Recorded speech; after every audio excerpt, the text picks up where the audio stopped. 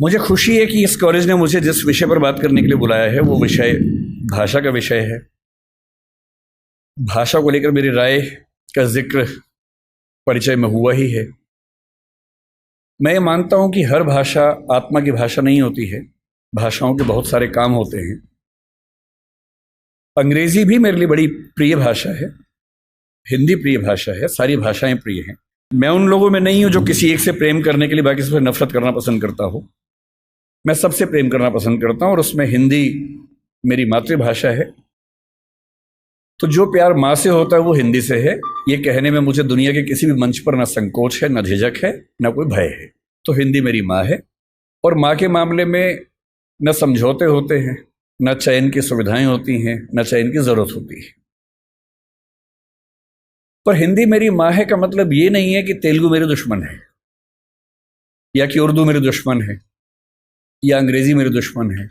नहीं, मैं बिल्कुल नहीं चाहता कि आप भी एक ऐसा मिजाज लेकर आगे बढ़ें कि हम एक भाषा को सम्मान की निगाह से देखें और उसी तेवर से बाकी भाषाओं को अपमान की निगाह से देखें। ऐसा मैं बिल्कुल ना चाहता हूं। मैं तो नहीं करता हूं। मैं चाहता हूं कि कोई भी ना करे, आप भी ऐसा ना करें। संस्कृत मेरी परनानी है। संस्कृत की बेटियां अपभ्रंश हुई, प्राकृत हुई। उनकी बहुत सारी बेटियों में एक बेटी का मैं बच्चा हूं, उसका नाम हिंदी है।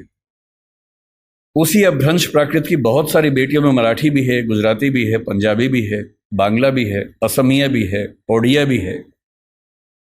और उसी नानी के पड़ोस के परिवार की और जो बच्चियां हैं उनमें तेलुगु, तमिल और मलयालम, कन्नड़, ये सब भाषाएं भी हैं।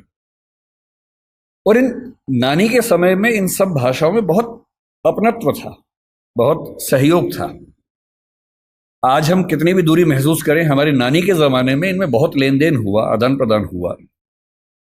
और इसलिए जब आप मलयालम सीखेंगे या तमिल सीखेंगे तो आप बड़ा आश्चर्यचकित हो जाएंगे कि कई बार संस्कृत के शब्द एज इट इज आपको उन भाषाओं में मिलते हैं और आपको समझ में आता है कि एक पीढ़ी का अंतर नहीं है। थोड़ा और पीछे जाएंगे तो कई पीढ़ी पीछे हमारी बड़ी गहरी दोस्ती रही है, ताल्लुकात रहे हैं। और इसलिए जब भाषा के प्रश्न पर मुझे कोई बोलने को कहता है, मुझे लगता है कि ये शायद दुनिया का सबसे महत्वपूर्ण सवाल है। अलग बात है कि आजकल हम इसको एक हल्का सवाल मान लेते हैं, पर मैं भी आपको समझाना चाह रहा हूं कि ये दुनिया का सबसे महत्वपूर्ण सवाल क्यों है। हिंदी दिवस के दिन एक परंपरा है कि हम आमतौर पर भावनात्मक मुहावरों से बात करते हैं। आज सुबह से मेरे पास 8-10 मैसेज आ चुके हैं जिन सब में एक वाक्य लिखा है कि हिंदी भारत माता के माथे की बिंदी है। हर साल ये मैसेज आता है। अच्छा मैसेज है, पढ़ के अच्छा लगता है। पर मैं चाहता हूं कि हिंदी समाज हिंदी माथे की बिंदी से आगे बढ़कर कुछ और मुद्दों पर बात करे। केवल उन भावनाओं में डूब के बात करना काफी नहीं है, उससे कुछ आगे निकलना जरूरी है। मैं आपको 2 कहानियों से बात शुरू करता हूं ताकि आप समझ सकें कि यह मुद्दा कितना महत्वपूर्ण है। एक किताब जो पिछले 15-20 साल में दुनिया की सबसे मशहूर किताबों में से एक बनी, उसका नाम सेपियंस है, आपने शायद सुना होगा। मैं हिंदी के बच्चों से कहूंगा कि थोड़ा सा पढ़ने का अभ्यास अपना बनाएं। हिंदी के समाज से मुझे गंभीर शिकायत है कि हम लोग पढ़ते कम हैं, हम लोग भावनाओं में ज़्यादा बहते हैं, पढ़ने की आदत हमें कम है। और आज के ज़माने में जब दुनिया की हर अच्छी किताब हिंदी में भी उपलब्ध है तो हिंदी में ही पढ़िए, लेकिन कम से कम पढ़िए, क्योंकि पढ़ने से अच्छा कुछ नहीं है। एक किताब पढ़ने का मतलब किसी एक व्यक्ति के जीवन के 40-50 साल के निष्कर्षों को 3 दिन में समझ लेना, और आप 50 साल मैच्योर हो जाते हैं 3 दिन में केवल एक अच्छी किताब पढ़ लेने से। बहरहाल, सेपियंस किताब मानव जाति का इतिहास है। ये भारत का इतिहास, आधुनिक इतिहास, प्राचीन इतिहास नहीं है, मानव जाति का इतिहास है। माना जाता है कि 1400 करोड़ साल पहले बिग बैंग हुआ, जहां ये पृथ्वी पहली बार बनने की प्रक्रिया शुरू हुई। 450 करोड़ साल पहले पहली बार जीवन अस्तित्व में आया, अमीबा आया। उसके बाद लंबे समय तक खूब घटनाक्रम होते गए। हम कहीं नहीं थे उस समय। 3 लाख साल के आसपास पीछे जाएं तो एक परिवार पैदा हुआ जिसको होमो कहते हैं। होमो का मतलब हमारा परिवार। उस होमो परिवार में एक हम हैं, होमो सेपियंस, क्योंकि हम होमो परिवार में सेपियंस नाम की शाखा हैं। उस परिवार में और भी शाखाएं थी। निएंडरथल एक बहुत प्रसिद्ध, आपने नाम सुना होगा, ऑस्ट्रेलोपिथेकस का नाम सुना होगा, होमो इरेक्टस का नाम सुना होगा। ये सारे के सारे वो जीव थे जो होमो सेपियंस के आमने सामने जिंदा थे और संघर्ष में थे। चुनौती ये थी कि अंत में इनमें से कौन जीतेगा। ये व्यावहारिक तौर पर संभव नहीं था कि ये सारे साथ साथ चल सके। ये बात सुनने में अच्छी लगती है कि सब साथ साथ चले, पर इवोल्यूशन की हिस्ट्री में बहुत व्यावहारिक नहीं होता है। एक सवाल यह भी था कि होमो परिवार का कोई प्राणी क्या चिंपैंजी को, बंदर को, इन सबको हरा पाएगा, क्योंकि उस समय तक ये सारी स्पीशीज लगभग बराबर संघर्ष में चल रही थी। आज से 70,000 साल पहले तक ये सब यूं ही चल रहा था और फिर एक घटना घटी। उस घटना को सेपियंस किताब के लेखक ने, जिनका नाम युवाल नोआ हरारी है, उन्होंने संज्ञानात्मक क्रांति या कॉग्निटिव रिवॉल्यूशन का नाम दिया। और ये घटना 40,000 साल तक चलती रही। और इस बात पर बड़ा गहरा विचार किया कि क्या वजह थी कि होमो सेपियंस जिंदा रहा, निएंडरथल मर गया। हम मानते हैं कि निएंडरथल वो है जो यूरोप की आज की जो स्पीशीज है उसका पूर्वज था। ऑस्ट्रेलोपिथेकस मर गया, इरेक्टस मर गया, और जितने परिवार के जंतु थे वो सब मर गए, और होमो सेपियंस इन सबसे कमजोर होने के बावजूद बच गया और इतना सफल भी हो गया। निएंडरथल के बारे में उसने लिखा कि अगर आमने सामने आ जाएं तो निएंडरथल होमो सेपियंस को मार मार के अधमरा कर सकता था, वो इतना ताकतवर था। उसके बाद भी खत्म हो गया। क्यों खत्म हो गया? और तब आता है वो सिद्धांत जो आज की इस डिस्कशन की शुरुआत का बिंदु है। होमो सेपियंस इसलिए जिंदा रहा क्योंकि उसके पास भाषा की क्षमता थी। भाषा की क्षमता बाकियों के पास भी थी, चिंपैंजी के पास भी है, बंदर के पास भी है, पर बंदरों पर खूब प्रयोग हुए। बंदर हो, अन्य स्पीशीज हो, तोता हमसे ज्यादा ध्वनियां बोल सकता है, हमसे ज्यादा।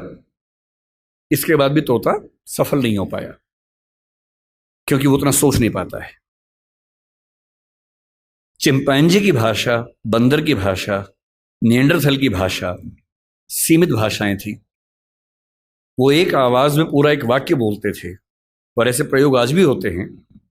अगर आप जंगलों की आवाजें सुनेंगे तो बंदरों की एक आवाज का मतलब एक पूरा सेंटेंस होता है। जैसे एक आवाज का मतलब है कि शेर आया, जैसी एक बंदर आवाज निकालेगा सारे बंदर पेड़ पर चढ़ जाएंगे। फिर दूसरी आवाज का मतलब होगा शेर चला गया, वो सुन के सब उतर जाएंगे नीचे।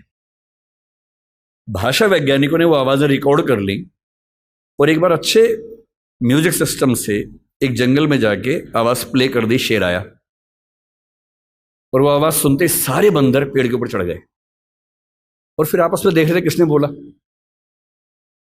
और 10-15 मिनट के बाद दूसरी आवाज प्ले की, शेर चला गया, सारे बंदर नीचे उतर गए।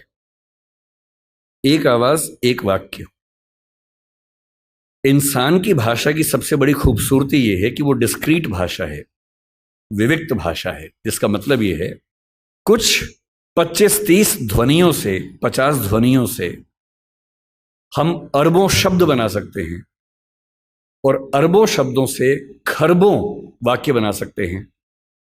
इतनी लचीली भाषा हमारी है जिसमें किसी भी बात को कहने के 50 तरीके हमारे पास हैं, और ये तरीके इस संसार में किसी और स्पीशीज के पास नहीं है। इसीलिए होमो सेपियंस बन पाया। और आज अगर हम जिंदा हैं, आज हम चिंपांजी से बेहतर हैं, गोरिल्ला से बेहतर है, बंदर से बेहतर हैं, और होमो इरेक्टस से बेहतर है, निएंडरथल से बेहतर हैं, जिंदा हैं, तो इसकी मूल वजह है हमारी भाषा की क्षमता। जो चीजें मुफ्त में मिलती हैं उसकी कीमत हम नहीं समझते हैं। भाषा ऐसी एक चीज है, मुफ्त में मिल जाती है तो हमें लगता है कि ये तो ऐसे ही है। लेकिन जब आप इस नजरिए से समझेंगे कि भाषा ही वो चीज है जो हमें मनुष्य बनाती है, तो शायद इस बात का महत्व ज्यादा अच्छे से हम समझ पाएंगे। भाषा को लेकर झगड़ा जो आज के समय में है, हम आज हिंदी की बात कर रहे हैं, किसी और कोने में कोई किसी और भाषा की बात कर रहा होगा। ऐसा क्यों नहीं होता कि दुनिया में एक ही भाषा होती? ऐसा क्यों है कि भाषाएं बहुत सारी हैं? ना बहुत सारी भाषाएं होती ना झगड़े होते, सब एक ही भाषा बोल रहे होते। सोचने में कितना अच्छा लगता है। तो ओल्ड टेस्टामेंट में जो यहूदियों का बाइबल का हिस्सा है, उसमें कहानी आती है, उसको बोलते हैं बेबीलोनिया की या बाबिल की कहानी। कहानी यह है कि एक बार ईश्वर ने, यहूदियों के ईश्वर याहवे ने, जब देखा कि मनुष्य बहुत पाप कर रहे हैं तो उसने बहुत तेज बाढ़ पैदा की। ये वही बाढ़ है जो आपने आज से 10 साल पहले एक फिल्म 2012 में देखी होगी। ये उसी बाढ़ की कहानी है। इतनी ज्यादा बाढ़ की सारी इंसानी सभ्यता नष्ट हो जाए, क्योंकि ये लोग इतने पापी हैं। और ईश्वर को ये लगा कि मैंने गलती कर दी इन लोगों को मनुष्य बना के, इनके तो पाप खत्म नहीं होते हैं। नाराज होकर उसने सारी सभ्यता को विनाश करने के कगार पे खड़ा कर दिया। हम भारतीय सभ्यता में प्रलय की कल्पना करते हैं, कुछ कुछ वैसी कल्पना वहां पर एक बाढ़ की कल्पना है। और तब ईश्वर को यह भी लगा कि अगर सारे खत्म हो जाएंगे तो सृष्टि बनाने का जो पर्पस था वो खत्म हो जाएगा। तो ईश्वर ने अपने एक नबी को भेजा जिनका नाम था नूह या नोआह। ये युवाल नोआह हरारी के बीच में भी जो नाम है नोआह, ये वही नोआह नाम है। और उनसे कहा कि तुम जाओ, जितनी भी स्पीशीज है उन सब की एक एक पेयर को बचा लो ताकि सभ्यता को फिर से शुरू कर सके। तो नोआह ने एक जहाज का निर्माण किया, पानी के जहाज का निर्माण किया, सारी स्पीशीज के एक एक पेयर को उस पर रखा, अपने परिवार को रखा और बाढ़ से बचा लिया। और उसके बाद नई सभ्यता शुरू हुई। और जब नई सभ्यता शुरू हुई तो बेबीलोनिया के राजा के मन में एक विचार आया कि अगर हम एक इतनी ऊंची मीनार बना लें कि किसी भी बाढ़ में हम डूबे ही नहीं, तो चिंता खत्म हो जाएगी। तो बाबेल नाम के स्थान पर, बेबीलोनिया का एक स्थान था, एक टावर बनना शुरू हुआ। यह बाइबल में जेनेसिस की कहानी है। टावर बनने लगा, काफी ऊंचा बन गया। पर बनते बनते ईश्वर को यह लगा कि ये मेरी शान में गुस्ताखी हो रही है, क्योंकि मैं बाढ़ ले आऊंगा उससे बचने के लिए, ये मेरे खिलाफ साजिश कर रहे हैं। तो ईश्वर ने क्या किया, एक कमाल कर दिया। उसने उस टावर पर काम करने वाले व्यक्तियों और बाकी व्यक्तियों को भाषाओं में बांट दिया ताकि वो एक दूसरे की बात ना समझ सके। और एक कहानी चलती है कि अगर आप चाहते हैं कि सारे मनुष्य एक ना हो तो उनको भाषाओं में बांट दीजिए। और उसके बाद से आज तक सारे मनुष्य आपस में झगड़ा कर रहे हैं। ये कहानी ऐतिहासिक रूप से कितनी सही है मुझे नहीं पता, मिथक है, धर्म की बात है, पर ऐसी कहानियां किसी कंसेप्ट को समझने के लिए बहुत काम की कहानियां होती हैं। और जब मैं भाषा के प्रश्न को देखता हूं तो मैं दो नजरियों से देखना पसंद करता हूं। पहली बात, भाषा वो है जो हमें मनुष्य बनाती है। और इस संसार में जहां 3 ट्रिलियन या 1 ट्रिलियन स्पीशीज संघर्ष करती हैं, उनमें हमें सबसे ज्यादा मजबूत बनाती है। और दूसरा, भाषा वो संरचना है जो दुनिया को बांटती है, और क्योंकि बांटती है तो बहुत सारे संघर्षों को जन्म देती है। लोग कहते हैं कि धर्म बहुत ताकतवर है, जाति बहुत ताकतवर है। मेरी नजरिए में भाषा सबसे ताकतवर है। अगर धर्म बहुत ताकतवर होता तो पाकिस्तान बनने के बाद बांग्लादेश की जरूरत क्यों पड़ती? मुसलमानों के लिए एक नया देश चाहिए तो पाकिस्तान बन गया। पाकिस्तान और बांग्लादेश में मुसलमान ही तो थे। अंतर क्या था कि एक तरफ के मुसलमान उर्दू और पंजाबी बोलते हैं, एक तरफ के मुसलमान बांग्ला बोलते हैं। बांग्ला भाषी मुसलमान उर्दू भाषी मुसलमान के साथ एक नहीं हो पाएगा, इसलिए उसको नए देश की जरूरत है। और बांग्लादेश इसलिए बना। आप श्रीलंका के झगड़े को कितना भी हिंदू और बौद्ध झगड़ा कह लीजिए, दरअसल वो तमिल और सिंगली भाषाओं का झगड़ा है। ये जो भाषाओं के झगड़े हैं, और भाषाओं का एक अस्तित्व होता है, जैसे मनुष्यों के जीवन में वक्र है, कभी सफल कभी विफल, ऐसी भाषाओं का जीवन होता है। आज से 300 साल पहले ब्रज भाषा का जो जोर था, कोई सोच सकता था कि 300 साल बाद उसका नाम लेने वाला कोई बचेगा नहीं। ब्रज भाषा के नाम में भाषा है, वो बोली बन गई, और खड़ी बोली के नाम में बोली है, वो भाषा बन गई। तो इतिहास के दौर की बात है। इतिहास का कौन सा दौर किस भाषा को कहां से कहां उठा के ले जाएगा। जब पुर्तगाली यूरोप से निकले थे दुनिया पर कब्जा करने के लिए, उन्हें लगता होगा कि पुर्तगाली दुनिया की महान भाषा बनेगी। बाद में फ्रांसीसियों ने, हॉलैंड के डच लोगों ने, अंग्रेजों ने आपस में झगड़े किए, फ्रेंच लोगों ने झगड़े किए, उन झगड़ों में संयोग से अंग्रेजी जीत गई। और क्योंकि अंग्रेजी जीत गई, क्योंकि अंग्रेजी का असर भारत पे पड़ा, अंग्रेजी का असर अमेरिका पे पड़ा, अंग्रेजी का असर अफ्रीका पर ज़्यादा पड़ा, इसलिए आज अंग्रेजी दुनिया की सबसे प्रसिद्ध भाषा है, प्रचलित भाषा है। ऐसा थोड़ा है कि अंग्रेजी बहुत महान भाषा है, भाषाएं सारी महान हैं। और अगर तकनीकी तौर पे देखें तो हिंदी भाषा वैज्ञानिक तौर पर अंग्रेजी से बेहतर भाषा है। केवल शब्दावली के अभाव को पीछे छोड़ दें, चाहे वो ध्वनि का मामला हो, फोनेटिक्स का मामला हो, सिंटैक्स का मामला हो, भाषा विज्ञान के किसी भी स्तर पर देखें तो हिंदी अपनी वैज्ञानिकता में अंग्रेजी से कहीं भी कम नहीं है, कई मामलों में बेहतर है। इसलिए कौन सी भाषा का कितना राज होने वाला है, ये बात तय होती है केवल इस बात से कि उस भाषा के समाज की दुनिया पर क्या पकड़ है, कौन उपनिवेश की भाषा बनी, कौन साम्राज्य की भाषा बनी, किस भाषा में ज़्यादा विकास हुआ, किस भाषा में कम विकास हुआ। संयोग की बात है कि आज हम एक ऐसी दुनिया में हैं, ग्लोबल दुनिया में, जहां अंग्रेजी का वर्चस्व है। अंग्रेजी से दिक्कत ना आपको होनी चाहिए ना मुझे होनी चाहिए। हम हर भाषा का सम्मान करें, उससे फ़ायदा उठाएं, सीखें, अपने काम का लाभ लें। पर मैं अंग्रेजी माध्यम का विद्यार्थी रहा हूं, मैंने बहुत सारी पढ़ाई अंग्रेजी माध्यम में की है और मैं अंग्रेजी में लगभग उतना सहज उतना हिंदी में हूं, तो मुझे इस बात की खुशी है। मुझे चिंता केवल तब होती है जब भारत में होते हुए कोई मुझसे यह उम्मीद करता है कि मुझे हिंदी बोलने में शर्म होनी चाहिए। चिंता केवल तब होती है भारत में होते हुए मैं अपनी भाषा बोलूं, अपनी भाषा बोलने मुझे काहे की शर्म होनी चाहिए। मैंने जिन जिन देशों की यात्रा की, आज दुनिया के हर देश पर दबाव है कि अंग्रेजी सीखे, और वो दबाव इसलिए कि ग्लोबलाइजेशन का दौर है, अंग्रेजी में चीजें ज्यादा उपलब्ध हैं, स्वाभाविक सी बात है। पर मैंने कभी हॉलैंड में किसी व्यक्ति को डच भाषा की तुलना में अंग्रेजी को महत्व देते हुए नहीं देखा। वो लड़ने को तैयार हो जाते हैं। आप किसी फ्रेंच व्यक्ति से बात करें, आप इजराइल के किसी व्यक्ति से बात करें, जहां भाषा के सम्मान की बात आएगी वो अंग्रेजी का नाम तक नहीं लेंगे। जहां पढ़ने की बात आएगी, सीखने की बात आएगी, फायदा उठाने की बात आएगी, निश्चित तौर पे सीखेंगे, क्योंकि उस भाषा से उनको फायदा होता है। और आज की जो बातचीत हमारी होने वाली है वो कुछ कुछ उसी तौर पे होने वाली है कि आज हमारी क्या स्थिति है, हमें क्या करना चाहिए, क्या बहुत डरने की जरूरत है। ऐसा तो नहीं कि हम बिना बात के खौफ में हों, और मुझे लगता है कि हम बिना बात के खौफ में ज्यादा रहते हैं। और जब मैं हिंदी की बात सोचता हूं और मिरांडा हाउस के संदर्भ में सोचता हूं, तो मुझे लगता है कि हिंदी की स्थिति कुछ कुछ वैसी ही है जैसी द टेम्पेस्ट नाटक की नायिका मिरांडा की थी। जब मॉरिस ग्वायर साहब ने इस कॉलेज की स्थापना की और इसका नाम मिरांडा हाउस रखा, तो उनसे कई लोगों ने पूछा, वो उस समय डीयू के वाइस चांसलर भी थे, भारत के चीफ जस्टिस भी थे उस समय।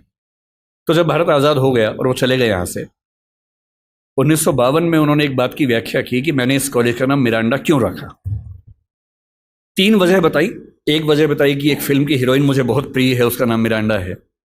एक कहा कि मेरी बेटी का नाम मिरांडा है। लेकिन जो असली वजह मुझे लगता है तीसरी उन्होंने बताई वो ये थी कि शेक्सपियर के नाटक द टेम्पेस्ट में जो एकमात्र महिला कैरेक्टर मंच पे आती है उसका नाम भी मिरांडा है। और वो कहते हैं कि मैं चाहता हूं कि मिरांडा हाउस में पढ़ने वाली लड़कियां ऐसी व्यक्ति बने। वो व्यक्ति आप मती बनिएगा, अब तो उसका महत्व रहा नहीं है, उस दौर में उसका महत्व था। कुछ कुछ छायावाद की श्रद्धा जैसी लड़कियां होती हैं वो, जो एकदम भारतीय किस्म का मिजाज नहीं होता है कि मेरा कोई अधिकार नहीं है, मैं सिर्फ त्याग करने के लिए पैदा हुई हूं। कुछ कुछ वैसा मिजाज उस लड़की का है, मिरांडा का। उस नाटक में एक बड़ी खास बात है, मिरांडा बहुत योग्य लड़की है, उसकी समझ बड़ी गहरी है, पर वो अपने पिता और अपने होने वाले पति, प्रोस्पेरो उसका पिता है, फर्डिनेंड उसका होने वाला पति है, वो उन दोनों के इतने कंट्रोल में है कि वो खुद को डिफाइन उन्हीं के नजरिए से करती है। बहुत योग्य होने के बावजूद उसमें आत्मविश्वास बिल्कुल भी नहीं है। अपने जीवन के फैसले वो अपने आप लेने को बिल्कुल तैयार नहीं है। अंत में लगता है कि फर्डिनेंड का फैसला उसने खुद किया है, पर आप ध्यान से पढ़े तो समझ में आता है कि वो फैसला भी उसके पिता ने ही करवा दिया है। और वो बेचारी इतनी कमजोर अपने आप को महसूस करती है। हिंदी की एक फिल्म में एक गीत आया था, एक पत्नी है जो अपने पति से बहुत प्रेम करती है, सुंदर नहीं है, पति उससे प्रेम नहीं करता है, पति कहीं और प्रेम करता है। तो वो लड़की, फिल्म का नाम था नसीब अपना अपना, एकदम समझ लीजिए कि मिरांडा ही उसे बोल रही है। एकदम मिरांडा का भारतीय संस्करण है और वह अपने पति के बारे में एक वाक्य बोलती है, भला है बुरा है जैसा भी है, मेरा पति मेरा देवता है। ये उस जमाने में चलता था। आज के ज़माने में तो पत्नियां पति का हिसाब बराबर कर देती है अगर कोई ऐसा करे तो, लेकिन उस जमाने में ऐसी हरकतें होती थी। और टेम्पेस्ट की नायिका मिरांडा अपने प्रेमी से, फर्डिनेंड से कह रही है, अगर तुम मुझसे शादी कर लोगे तो मैं तुम्हारी पत्नी हूं, और नहीं करोगे तो मैं तुम्हारी दासी हूं। तुम मुझे किसी भी रूप में रखो, मैं जिंदगी भर तुम्हारी दासी बन के रहूंगी, नौकरानी बन के रहूंगी। और इस बात पे 16वीं सेंचुरी का ब्रिटिश समाज पागल हो गया कि लड़की हो तो वैसी, बीवी हो तो वैसी, कुछ कुछ वैसा ही जैसे भारतीय परंपरा में छायावाद में श्रद्धा जैसी नारियां हमें दिखती हैं, जो केवल देने की बात करती हैं, अपने हक की बात बिल्कुल भूल के भी नहीं करती हैं। हिंदी की स्थिति कुल मिला के मिरांडा जैसी है। आपको जब भी समझना हो कि हमारी भाषा किस हालत में है, तो हमारी भाषा द टेम्पेस्ट की मिरांडा की हालत में है। ताकतवर है पर उसको ताकत का एहसास नहीं है, समझदार है पर उसको किसी ने बताया नहीं कि तुम कितनी समझदार हो, खुद फैसले कर सकती है पर उसके नाम पर फैसले लेने वाले खुद इतने समझदार नहीं हैं कि उसके महत्व का अनुमान कर सके।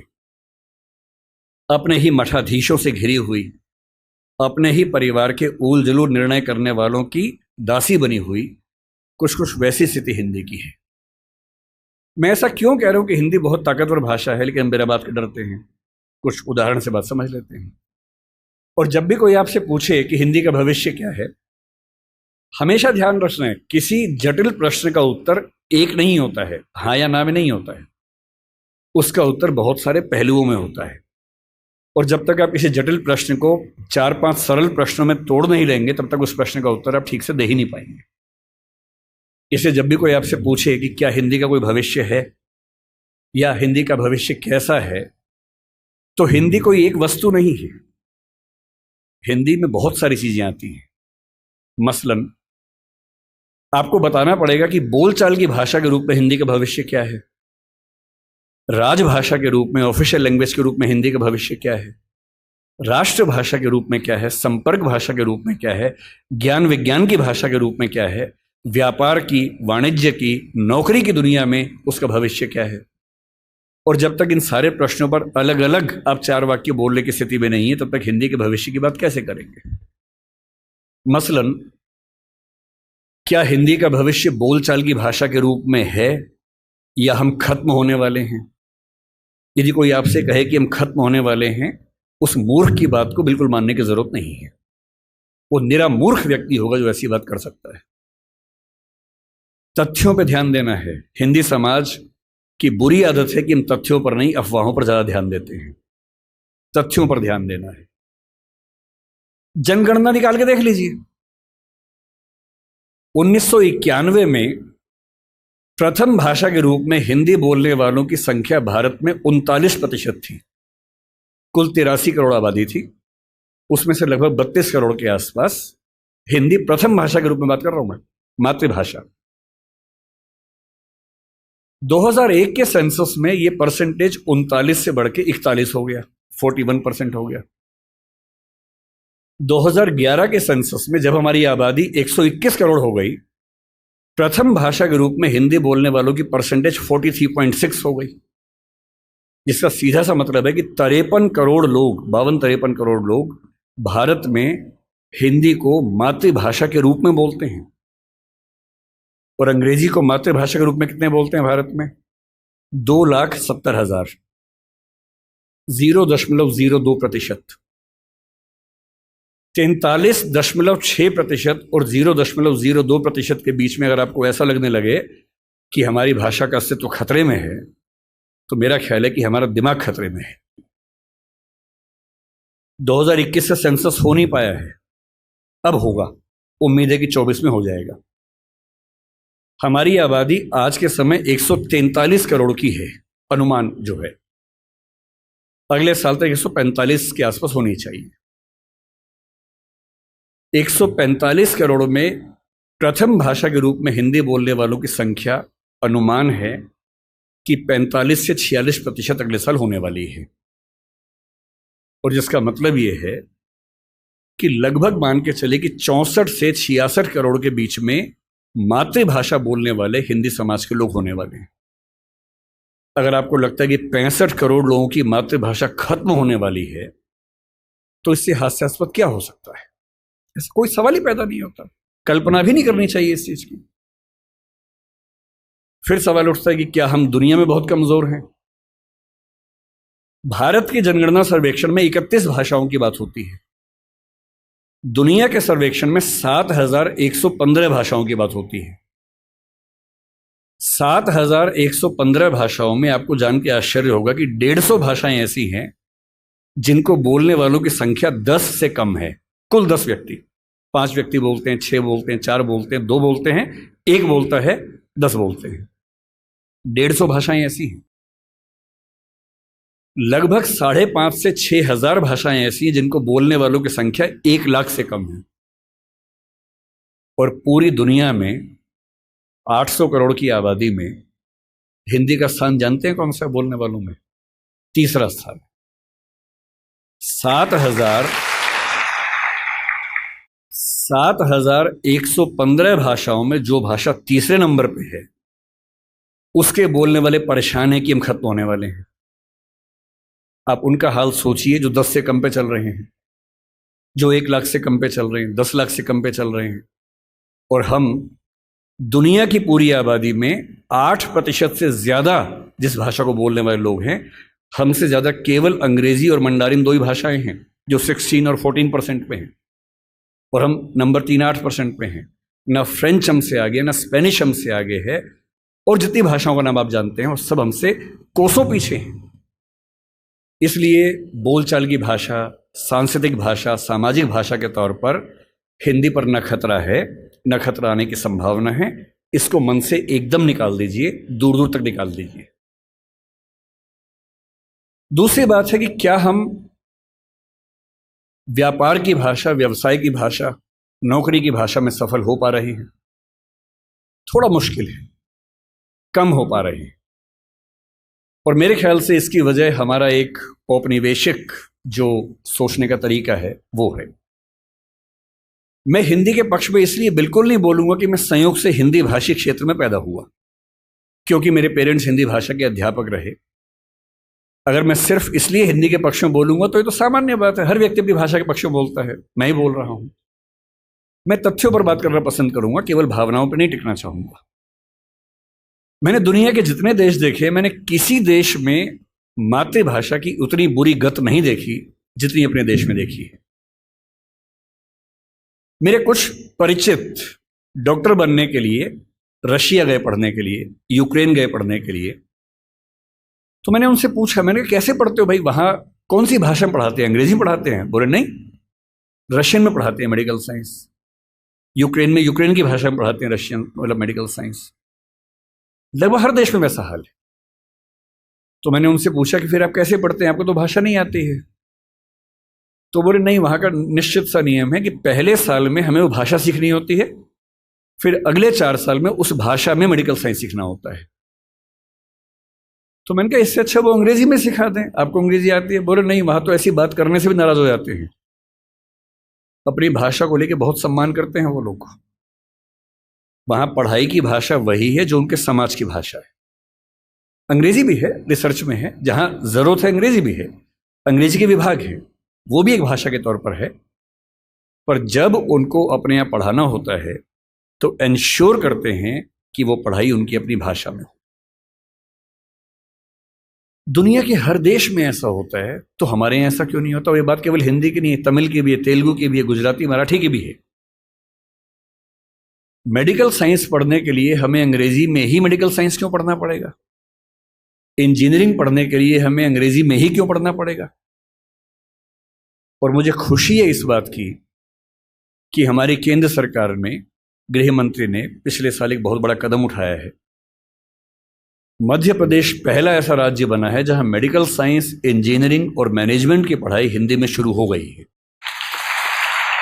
और किताबें भी तैयार हो गई हैं, इंजीनियरिंग की भी, मेडिकल साइंस की भी। ऐसी कौन सी रॉकेट साइंस है इसमें? ऐसा कौन सी आश्चर्य की बात है? एक ही तनाव हो सकता है कि भाई आप जब बात करेंगे टर्म्स की, तकनीकी शब्दों की बात करेंगे, तो तकनीकी शब्दों को आप दूसरी भाषा में आराम से नहीं ला सकते, क्योंकि उस भाषा में उतने शब्द विकसित नहीं हुए। कोई बात नहीं, आप बीमारियों के नाम, लेबोरेटरी के टेस्ट के नाम वैसे के वैसे अंग्रेजी में स्वीकार कर लीजिए, उसको देवनागरी लिपि में लिख लीजिए, जैसे आप व्हाट्सएप पे लिखते ही होंगे। आप हिंदी भाषा में रोमन मैसेज करते ही हैं, मतलब अंग्रेजी की लिपि में हिंदी लिखते ही होंगे कई बार। तू कहाँ जा रही है, TU के, अब तो आपने और छोटा कर दिया, KHA कहाँ हो गया उसी में। जा में जे से ही काम चल जाता होगा, RH से रही हो जाता होगा, और H से है हो जाता होगा।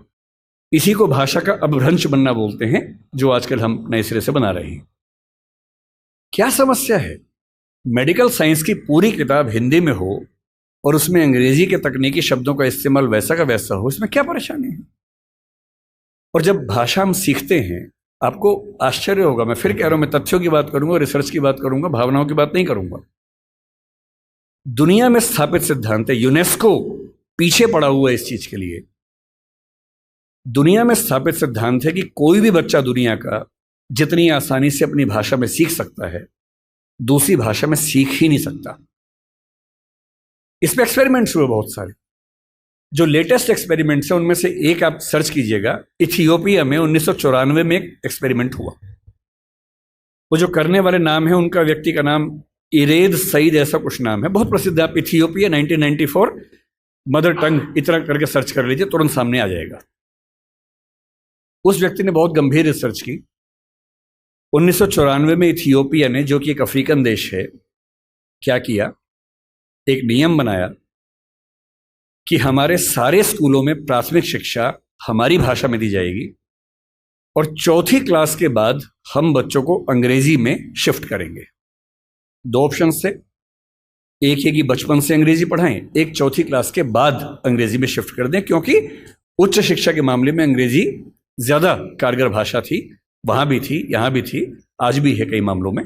इतना ही चेंज किया कि नर्सरी से नहीं पढ़ाएंगे, चौथी क्लास तक पढ़ाएंगे अपनी भाषा में, अंग्रेजी भी हल्का फुल्का सिखाते रहेंगे, और जब अंग्रेजी में एक ठीक ठाक स्तर आ जाएगा फिर मीडियम चेंज कर देंगे। वो रिसर्च आज की दुनिया में एजुकेशन साइंस की सबसे प्रामाणिक रिसर्च मानी जाती है, और वो साबित करती है कि बच्चों की अटेंडेंस बढ़ने से लेकर, बच्चों की समझदारी बढ़ने से लेकर, बच्चों की जिज्ञासा बढ़ने से, बच्चों की पढ़ाई में रुचि बढ़ने से लेकर, और बच्चों की अपने परिवार, अपने समाज, अपनी संस्कृति के साथ लगाव बढ़ने के स्तर तक, हर मामले में मातृभाषा में पढ़ाई करने से बेहतर स्थितियां बनी। मैं फिर कह रहा हूं, ये बात हिंदी की नहीं है, ये मराठी की भी है, तेलुगु की भी है, तमिल की भी है। मुझे दया आती है उन बच्चों पर, जिनमें मेरा बच्चा भी शामिल है। मैं भी उसी समाज की पैदाइश हूं, उसी समाज के दबाव मुझ पर भी काम करते हैं, और ये रिसर्च मैंने संयोग से अपने बच्चे के प्राथमिक शिक्षा के बाद पढ़ी, पहले पढ़ी होती तब भी मैं क्या करता, दिल्ली में आपको एक भी अच्छा स्कूल मिलेगा ही नहीं जो मातृभाषा में पढ़ाता हो। एक ऐसा माहौल है, मुझे दया आती है उन बच्चों पर। वो घर में जब 9-10 महीने के होते हैं या 3 साल के जब होते हैं, तब वो स्कूल जाना शुरू करते हैं। 2.5 साल का बच्चा अपनी भाषा में कॉम्प्लेक्स सेंटेंसेस बनाना सीख जाता है अपने आप, बिना एक शब्द भी पढ़े लिखे। आप घरों में देखिए छोटे बच्चों को, अच्छे से वाक्य बोलेंगे, और 2.5 साल का बच्चा तो नए वाक्य बनाने लगता है, वो भी जटिल वाक्य, सरल वाक्य नहीं। उस बच्चे की इतनी गहरी पकड़ एक भाषा में हो चुकी है, एक भी दिन स्कूल नहीं गया है। और इसलिए मातृभाषा का अध्यापन जब स्कूल में होता है, टीचर को पता होता है कि बच्चे को भाषा पहले से आती है, इसे दुरुस्त करना है, सिखाना नहीं है जीरो से। और वो बच्चा बड़े अच्छे मूड से स्कूल गया, उसे मम्मी को टाटा किया, स्कूल जाके पता लगा टाटा नहीं बोलना, बाय बोलना है। उसकी दुनिया खिसक जाती है उसके पैर के नीचे से। वहां उसे पता लगता है कि भिंडी नहीं है, ये लेडी फिंगर है, तुम जो लाए हो आलू नहीं है, पोटैटो है, रोटी नहीं है, ब्रेड है। ठीक है ना, ब्रेड तो वो होती है नहीं, वो सब ब्रेड्स होती हैं। समोसा है ही नहीं इंग्लिश में, उसको पता लगा कि होता ही नहीं है तो। और वो बेचारा एक अजीब सी कश्मकश में है। उसे अपनी भाषा में सीखना था कि जीरो क्या होता है, संख्या क्या होती है, एक क्या होता है। उसे अपनी भाषा में सीखना था कि सरकार क्या होती है, दुनिया क्या होती है, चलती कैसे है। उसे सीखना पड़ रहा है कि पहले ये समझो कि दुनिया नहीं वर्ल्ड होता है। अब उसकी आधी से ज्यादा ऊर्जा वर्ल्ड पे अटकी हुई है और बाकी बची खुची ऊर्जा से वो समझ रहा है कि वर्ल्ड होता क्या है। उसकी आधी ऊर्जा लग गई नंबर, शब्द याद करने में, ना कि ये समझने में कि संख्या क्या होती है, नंबर क्या होता है। एक अजीब सी साजिश दुनिया भर में चल रही है कि दुनिया के हर बच्चे को उसकी मातृभाषा से बचपन में ही वंचित कर दो।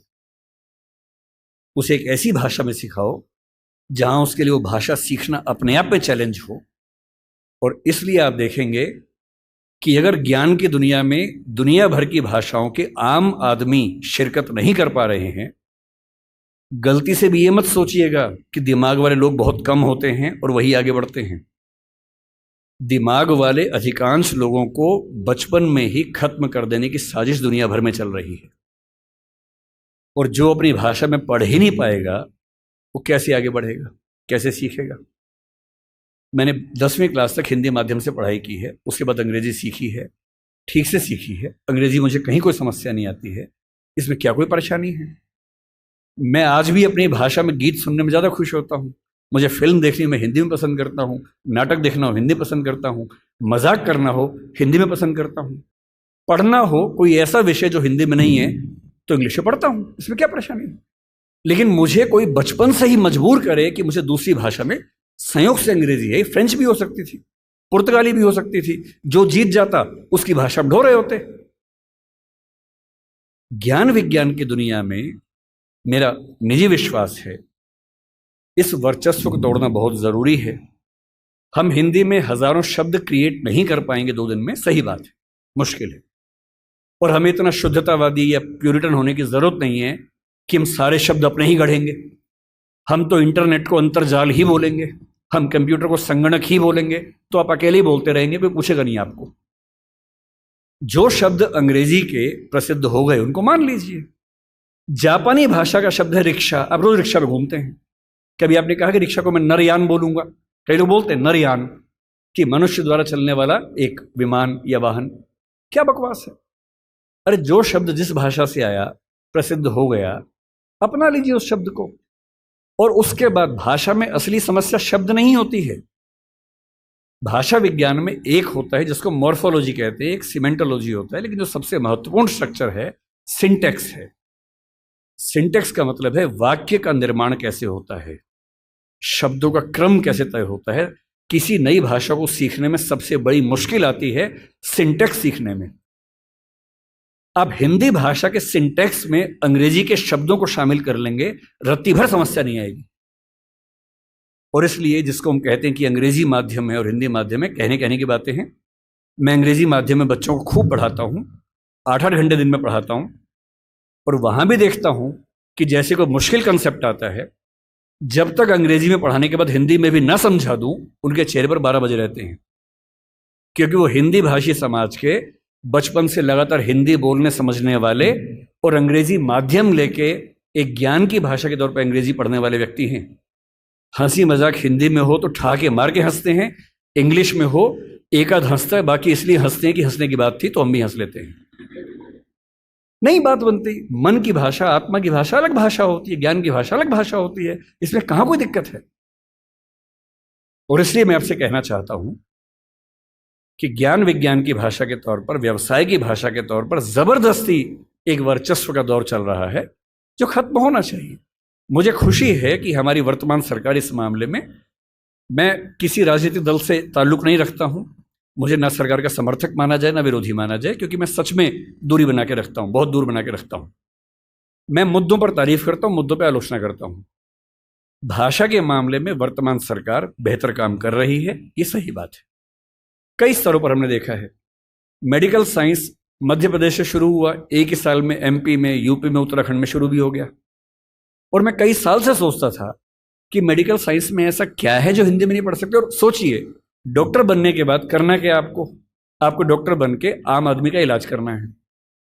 भारत के आम आदमी की हालत क्या है? डॉक्टर के पास जाता है, उसको एक वाक्य समझ में नहीं आता है। डॉक्टर 4 लाइन इंग्लिश की बोलता है, कुछ मुश्किल शब्द बोलता है, तो वो मान लेता है कि ज्ञानी आदमी है, ठीक बोल रहा होगा। उसे अपनी हेल्थ के बारे में एक वाक्य ठीक से समझ में नहीं आता है। किसी विकसित देश में चले जाइए, डॉक्टर की जिम्मेदारी होती है कि जब तक मरीज सारी बातों को ठीक से न समझ ले तब तक इलाज शुरू नहीं कर सकता है। हमारे देश में भाषा का अंतर ऐसा है कि मरीज अपनी बीमारी को ठीक से कभी समझ ही नहीं पाता है। ऑपरेशन तक की सहमति ले लेते हैं अंग्रेजी बोल के, वो समझ नहीं पा रहा होता, हाँ तो हो गया, साइन कर, हाँ साइन कर दिया, उसमें क्या लिखा हुआ है कि तुम्हारा ऑपरेशन करेंगे, तुम मर भी सकते हो, मर गए तो तुम्हारी जिम्मेदारी है। कुछ पता ही नहीं उस बेचारे को। क्यों भारत का हर डॉक्टर, तमिलनाडु का डॉक्टर तमिल में क्यों ना बात करे पेशेंट के साथ, कर्नाटक का डॉक्टर कन्नड़ में बात करे, हिंदी का डॉक्टर हिंदी में बात करे, और अंग्रेजी मातृभाषा वाले जो 2,70,000 लोग हैं उनके लिए कुछ डॉक्टर इंग्लिश वाले रख लीजिए। डॉक्टर की भाषा तो समाज की भाषा होनी चाहिए, यही कानून के साथ है। हमारी जुडिशरी इतना जबरदस्त जुडिशियल फ्रीडम, जुडिशियल इंडिपेंडेंस, संविधान का मूल ढांचा है, सब बातें बढ़िया हैं, पर जिस देश की आबादी में 2,70,000 लोग अंग्रेजी मातृभाषा वाले हों, उस देश का सुप्रीम कोर्ट सारे निर्णय अंग्रेजी में ही देगा, ये कहाँ का लोकतंत्र है? यहाँ आपका जो जुडिशियल इंडिपेंडेंस है या जुडिशियल रिस्पॉन्सिबिलिटी है वो कहाँ से ली जाती है? उस समय आपके सुप्रीम कोर्ट में मधु लिमये नाम के व्यक्ति जिद करते हैं कि मैं हिंदी में अपनी बात रखूंगा, आप उनको परमिशन देने के बाद नकार देते हैं कि हमसे गलती हो गई, ऐसा नहीं कर सकते हैं। मेरे देश में, मेरे सुप्रीम कोर्ट में अपनी भाषा में आप बोल भी नहीं सकते। आप 28 राज्यों में से केवल 4 राज्यों में हिंदी में हाई कोर्ट में बात करने की परमिशन देते हैं। पर लोकतंत्र का मतलब क्या होता है? कुछ गिने चुने एलिट्स के हिसाब से जनता अपनी भाषा बदलेगी या जनता की भाषा से प्रशासक भाषा बदलेंगे अपनी? अगर लोकतंत्र है तो लोकतंत्र में जनता की भाषा ही केंद्र में होनी चाहिए, कोई और भाषा केंद्र में कैसे हो सकती है? पर हम लोग इतने आदी हो चुके हैं, हम स्लेव मेंटेलिटी के इतने अभ्यस्त हो चुके हैं कि हम ये प्रश्न कभी नहीं करते। हमारे सुप्रीम कोर्ट के चीफ जस्टिस या कोई जज हिंदी में क्यों नहीं बात कर पाते? और नहीं कर पाते, मैं फिर बार बार कह रहा हूं, मामला सिर्फ हिंदी का नहीं। मेरी इच्छा है कि सुप्रीम कोर्ट के बहुत सारे जजेस में कुछ को तमिल ठीक से आती हो, कुछ को तेलुगु अच्छे से आती हो, कुछ को मराठी आती हो, कईयों को हिंदी आती हो, और बेंच का फैसला करते हुए यह भी एक पॉइंट ध्यान में रखा जाए कि मामला कहां का है और उस मामले में ऐसे जज को प्राथमिकता मिले जो उस भाषा को जानता हो, ताकि केस मेरा है, मुझे हिंदी आती है, मेरा वकील अंग्रेजी में कुछ कुछ बोला, जज ने कुछ कुछ बोला, फैसला हो गया, मुझे पता ही नहीं कि क्या हुआ, और इतने में पुलिस आगे मुझे ले गई और मैं परेशान हूं कि हुआ क्या। मेरे मामले के किसी प्रसंग में मेरी भूमिका ही नहीं है, क्योंकि सारी प्रक्रिया दो ऐसे व्यक्तियों के बीच में चल रही है जिनके पास एक भाषा है जो मेरी भाषा नहीं है, जबकि मामला मेरा है, और कहने को लोकतंत्र है।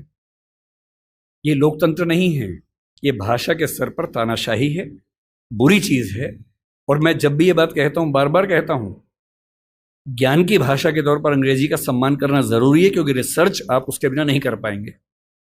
बहुत मामलों में सीखने की जरूरत है, उससे भी, जापानीज से भी, फ्रेंच से भी, सबसे सीखने की जरूरत है। लेकिन आपके देश के सुप्रीम कोर्ट में, हाई कोर्ट में आपकी भाषा में बात ना होती हो, ये बुरी बात नहीं है, शर्मिंदगी की बात है। हमें एक समाज के तौर पर शर्म आनी चाहिए, ये उससे कम बात नहीं है। इसलिए जब कोई मुझसे कहते कि राजभाषा के तौर पर आपकी क्या कल्पना है, 14 सितंबर का दिन आज है, हम आज के दिन ये सेमिनार क्यों कर रहे हैं? 14 सितंबर 1949 को शाम को 6 बजे एक फैसला हुआ था। एक अजीब सी अफवाह लोगों ने उड़ा रखी है। कहते हैं कि 14 सितंबर को मतदान हुआ कि भारत की राजभाषा कौन सी होनी चाहिए, हिंदी या अंग्रेजी। वोटिंग हुई, आधे वोट हिंदी के पक्ष में उठे, आधे अंग्रेजी के पक्ष में उठे, एकदम बराबर हो गया। कई लोग संख्या बोलते हैं, 77 हो गया। और तब स्पीकर ने, डॉक्टर राजेंद्र प्रसाद ने अपना कास्टिंग वोट दिया, क्योंकि उनके पास अधिकार है कि वोट डाल सकते हैं लास्ट में, अगर बराबर हो जाए तो, हिंदी के पक्ष में दिया, और इससे हिंदी भारत की राजभाषा हो गई। इससे बड़ा कोई झूठ नहीं है। ऐसा कुछ नहीं हुआ था संविधान सभा में, सफेद झूठ है। 12 सितंबर को शाम 4 बजे इस मुद्दे पर बहस शुरू हुई। संविधान सभा की डिबेट्स पढ़ के देखिए, 180 पेज की डिबेट है राजभाषा की, 180 पेज, 1-2 पेज का मामला नहीं है।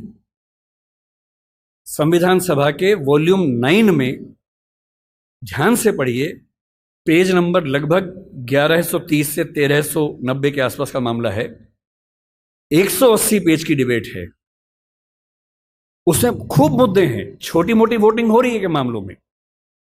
संविधान सभा का बेसिक उसूल था कि अंतिम रूप से वोटिंग नहीं करेंगे, सहमति से काम करेंगे। वोटिंग बीच बीच में होती रही। पहला विवाद यह था कि राजभाषा कौन सी हो, हिंदी हो कि अंग्रेजी हो या हिंदुस्तानी हो। अंग्रेजी पर तो बात थी नहीं, हिंदी या हिंदुस्तानी। महात्मा गांधी हिंदुस्तानी कहते थे पर 1949 में वो थे नहीं। उनका हिंदुस्तानी का मतलब था हिंदी उर्दू का मिक्सचर जो देवनागरी और फारसी में लिखी जा सके। दूसरा स्कूल ऑफ थॉट हिंदी की बात करता था। अंत में सहमति बनी हिंदी ही भारत की राजभाषा होगी। राजभाषा यानी सरकारी कामकाज की भाषा। दूसरा सवाल था कि लिपि कौन सी हो, देवनागरी हो, कुछ ने कहा कि देवनागरी और फारसी हो कि हिंदी को फारसी में भी लिख सके। कुछ ने कहा देवनागरी और रोमन हो, हिंदी को रोमन में जैसे व्हाट्सएप में लिखते हैं वैसे लिख सके। खूब विवाद हुआ, अंत में हुआ कि देवनागरी ही लिपि होगी। तीसरा विवाद यह हुआ कि जो अंक हैं हिंदी वाले, जो 1 से 0 से 9 तक के अंक हैं, वो हम अंग्रेजी के ढांचे में लिखेंगे या हिंदी के ढांचे में लिखेंगे। इस पर मतभेद था सबसे ज्यादा। इस पर वोटिंग में बराबरी हुई थी और अंत में वोटिंग से नहीं, संविधान सभा के बाहर की बातचीत में समझौता हुआ। मुंशी साहब थे, के एम मुंशी थे, आयंगर साहब थे, उनकी बातचीत में समझौता हुआ कि ठीक है अंतर्राष्ट्रीय अंक मान लेंगे। और उसके बाद गहमा गहमी के बाद 2 घंटे की रिसेस के बाद 14 सितंबर शाम 6 बजे आखिरी सेशन इस मामले पर हुआ, 2.5 दिन की बहस के बाद।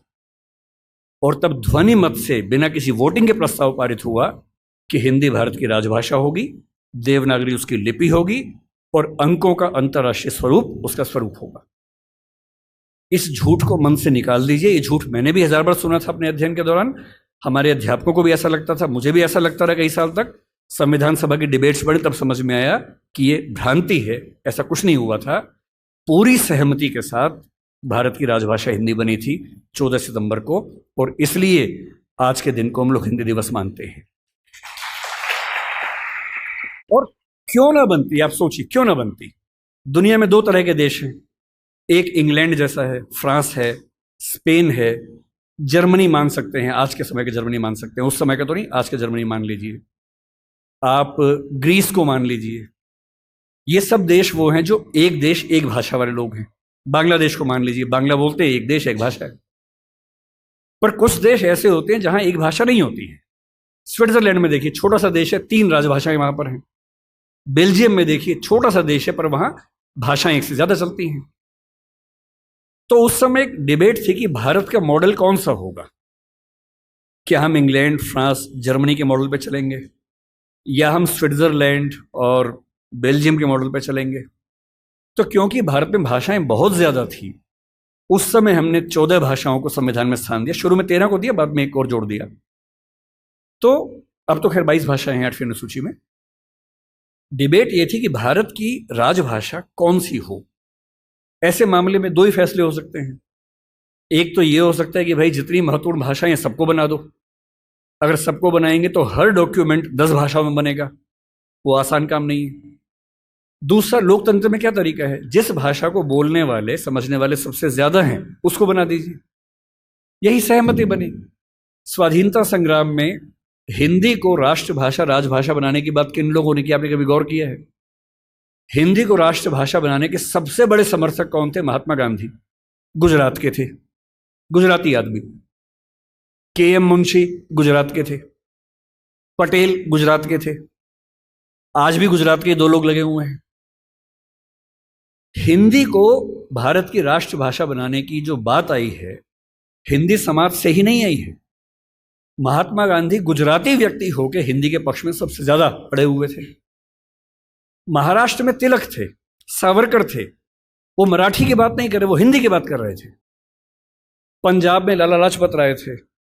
आप बंगाल में जाएंगे, केशव चंद्र सेन से परंपरा शुरू होती है, सुभाष चंद्र बोस तक परंपरा जारी है, वो सब हिंदी की बात कर रहे हैं। पूरे भारत में, दक्षिण भारत तक में ये सहमति बन गई थी। महात्मा गांधी ने पूरी एक संस्था खड़ी की, दक्षिण भारत हिंदी प्रचार सभा। कितने साल तक काम करते रहे वहां पर। एक सहमति बनाई पूरे देश में, क्योंकि इतना बड़ा स्वाधीनता आंदोलन बिना एक भाषा के नहीं चल सकता। बेबीलोन की कथा बन जाती, बाबेल जैसी। कि सब लोग अलग भाषाएं बोलते हैं, लड़े कैसे अंग्रेजों से। इसलिए कांग्रेस ने 1915 के आसपास से ही भाषा पे काम करना शुरू किया और ये मान लिया कि जब तक अंग्रेजी में काम करेंगे वकीलों का आंदोलन रहेगा, जनता का नहीं बनेगा। वो वकीलों का आंदोलन जनता का आंदोलन तब बना जब लोक भाषाओं में लड़ा गया, और लोक भाषाओं में सबसे बड़ी भूमिका हिंदी की रही। आज अगर कोई मुझसे पूछे कि भारत में कौन सी राजभाषा या संपर्क भाषा बन सकती है, आप डेटा देखिए, सेंसस को देखिए। हिंदी बोलने वालों की कुल संख्या पहली, दूसरी, तीसरी भाषा के तौर पर भारत में कितनी है इस समय? 69 करोड़ है 2011 के सेंसस में। 57% ऑफ पॉपुलेशन भारत की, first, second, third. First language में 43.6% है, तीनों मिला लें 57%, 69 करोड़ संख्या है। क्यों है? 10 राज्य हिंदी भाषा वाले हैं। फिर वो सारे राज्य जो संस्कृत से ही बने हैं वो हमारे ननिहाल के हैं। इसलिए आप महाराष्ट्र जाएंगे, क्योंकि मराठी संस्कृत से बनी है, आपको मराठी हिंदी में दिक्कत नहीं आती, क्योंकि दोनों की रूट सेम है। यही गुजराती में है, यही पंजाबी में है, यही सिंधी में है, यही असमिया में है, यही ओडिया में है, यही बांग्ला में है। ये सातों राज्यों की भाषाएं संस्कृत के रूट से बनी हुई है, इसलिए हमारी रूट सेम होने से दिक्कत नहीं आती है। केवल दक्षिण भारत की चार भाषाएं मुख्य रूप से, और उत्तर पूर्व की, असम की आगे की भाषाएं। उत्तर पूर्व में भी आप अरुणाचल प्रदेश जाइए, हिंदी में कहीं कोई दिक्कत नहीं है। अरुणाचल प्रदेश में बड़ा आश्चर्य की बात है कि हिंदी सब बोलते हैं। अंडमान निकोबार जाइए, हिंदी सब बोलते हैं, वहां पर कहीं कोई समस्या नहीं। हैदराबाद में हैदराबादी हिंदी चलती है। मुंबई मराठी क्षेत्र होकर हिंदी का गढ़ बना हुआ है। और जो दक्षिण के 4 राज्य हैं उनमें भी, क्योंकि 10वीं क्लास तक हिंदी आमतौर पर स्कूल में पढ़ाई जाती है, तमिलनाडु में कुछ गांवों को छोड़ देंगे, मैं पूरा भारत ठीक से घुमा हुआ है और मुझे आज तक हिंदी से काम चलाने में दिक्कत नहीं आई। 69 करोड़ की आबादी, 121 करोड़ में से आज 145 करोड़ हैं। ये संख्या मिनिमम आप मान के चलिए कि 75 करोड़ के आसपास होने वाली, 80 करोड़ होने वाली है। इस 69 करोड़, अगर मैं 2011 की बात मान लूं, तो तुलना में कौन है? नंबर 2 पर कौन आता है? बांग्ला। हिंदी में कितना है? 57% है। बांग्ला में कितना है? 9% है। आप किसे बनाएंगे राजभाषा भारत की? संपर्क भाषा किसे बनाएंगे? 57% के बाद सीधा 9% है। नंबर 3 पे मराठी आती है, अभी आ गई है। पहले नंबर 3 पे तेलुगु थी, अब मराठी आ गई है। कितना है? 8.7% है। नंबर 4 पर तेलुगु है, 8% के आसपास है। यानी एक भाषा बोलने वाले 57% हैं, नंबर 2 वाले 9, 8.7, 8, 6, 4, 3। क्या लोकतांत्रिक तरीके से कोई कंपटीशन बनता है किसी तरह का? और संपर्क भाषा संविधान लिखे या ना लिखे, संविधान में लिखा भी नहीं है। संविधान में कहीं नहीं लिखा कि भारत की संपर्क भाषा कौन सी है, ना लिखा है भारत की राष्ट्रभाषा कौन सी है, केवल लिखे भारत की राजभाषा कौन सी है। 14 सितंबर को हुआ था, उस समय आर्टिकल 301 था, लेकिन जब संविधान फाइनल हुआ तो आर्टिकल 343 से 351 तक का हिस्सा, जो अंतिम प्रारूप संविधान का बना, उसमें राजभाषा का है। भाग 17 है, जो प्रारूप में भाग 14 था। इसलिए हमें डरने की जरूरत नहीं है। हम स्वाभाविक तौर पर भारत के भाषा के डेमोग्राफी के नक्शे में सबसे बुलंद आवाज हैं, तो हमारी आवाज की पहचान होनी चाहिए। हमें खौफ किस बात का होना चाहिए? क्यों मिरांडा बनने की जरूरत है भाई? अपने धौस में रहिए, आत्मविश्वास से भर के रहिए। और इसलिए आप भारत में कहीं चले जाइए, भारत का हर ऑटो वाला, टैक्सी वाला अपनी भाषा और काम चलाऊ हिंदी जानता है, क्योंकि उसको पता है कि भारत में काम करने के लिए बहुत मुफीद है, सहज है कि हिंदी आ गई तो अब सबसे काम चला लेते हैं और इसी हिंदी संपर्क भाषा बनती है। राष्ट्रभाषा की पदवी संविधान में नहीं है।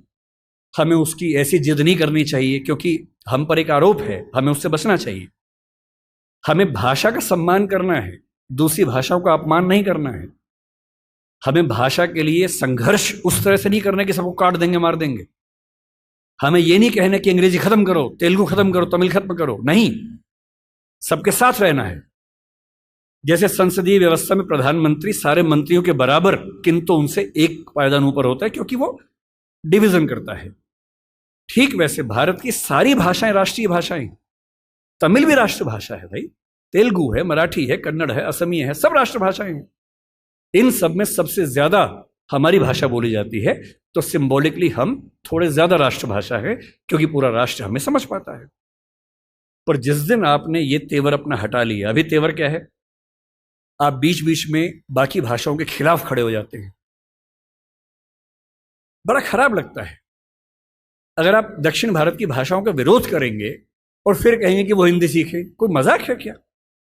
आत्मसम्मान क्या केवल हम में होता है, उनमें नहीं होता है? एक भी व्यक्ति का आत्मसम्मान बिल्कुल भी प्रभावित ना हो, अगर इस तेवर के साथ अपनी भाषा को आगे लेके बढ़ेंगे तो भाषा आगे बढ़ेगी। हिंदी को संविधान सभा ने और संसद ने कम बढ़ाया है, शाहरुख खान ने ज्यादा बढ़ाया है, अमिताभ बच्चन ने ज्यादा बढ़ाया है, और आज की दुनिया में तेवर बदला है, उसका जिक्र भी करता हूं। इसलिए अगर आप चाहते हैं कि हिंदी सच में राष्ट्रभाषा बने, राष्ट्रभाषा संविधान में कोई शब्द नहीं है। गुजरात हाईकोर्ट ने 2010 में स्पष्ट निर्णय दिया है कि राष्ट्रभाषा की धारणा भारतीय संविधान में कहीं नहीं। राष्ट्रभाषा होती है राष्ट्र की आत्मा की भाषा, और आत्मा की भाषा संविधान से नहीं बनती है, आत्मा से बनती है, बातचीत से बनती है, संवाद से बनती है, सहमति से बनती है। अगर आप सच में चाहते हैं कि तमिलनाडु, केरल, आंध्र प्रदेश, तेलंगाना, कर्नाटक, नागालैंड, त्रिपुरा, मिजोरम, मेघालय के लोग हिंदी सीखें, तो बड़े होने का फर्ज निभाइए, आगे बढ़ के उनकी भाषा सीखिए।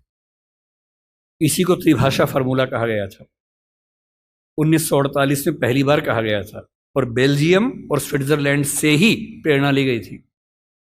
1968 में संसद ने प्रस्ताव पारित किया त्रिभाषा फार्मूले के लिए, पर हमने उसको ठीक से अपनाया नहीं।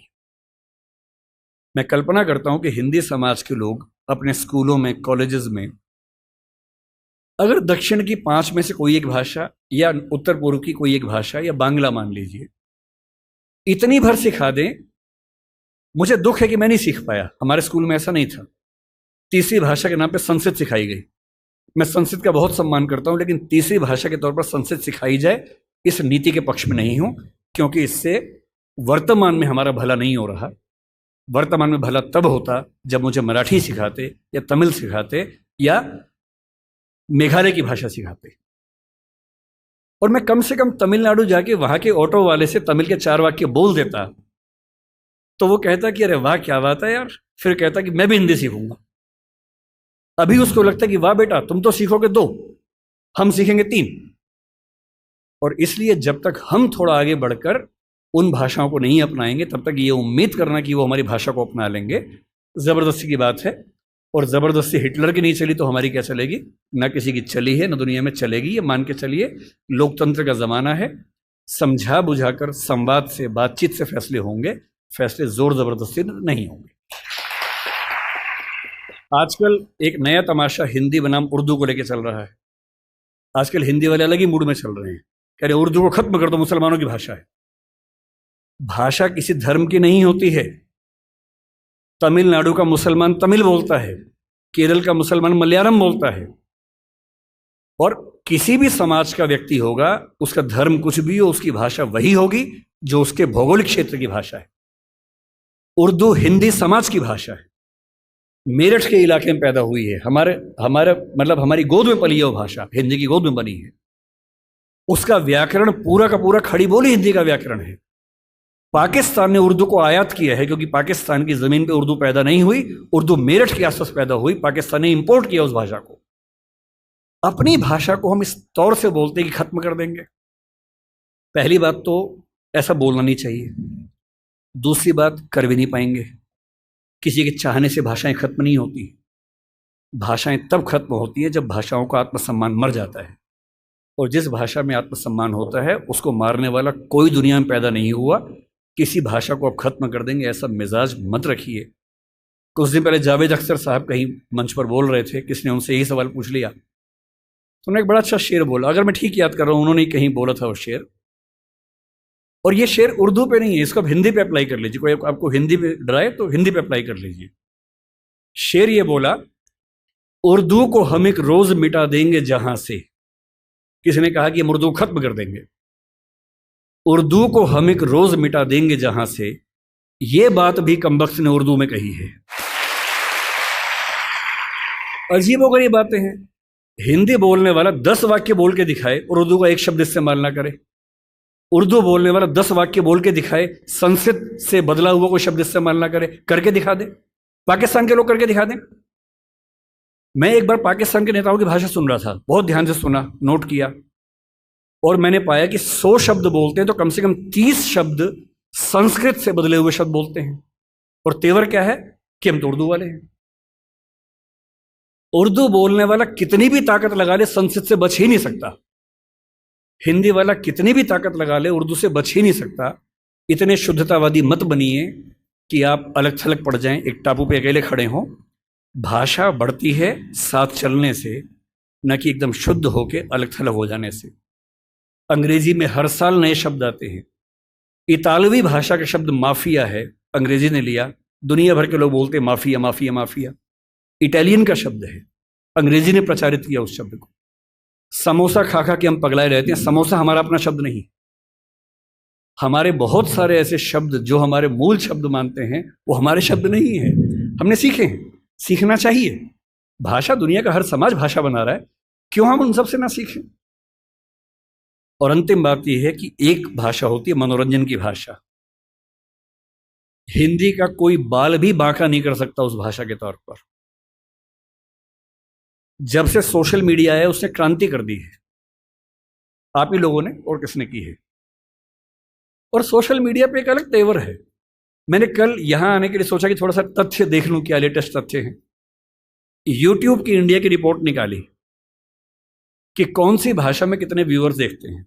अगर आप यूट्यूब पे ट्रेंडिंग वीडियोस देखेंगे तो ट्रेंडिंग की लिस्ट में एक तीर बना होता है, उसमें हर देश का अलग अलग है। आप पाकिस्तान का देखें, चीन का देखें, कहीं का, चीन का तो खैर क्या देखेंगे, जिन देशों में यूट्यूब चलता है वहां का देखें।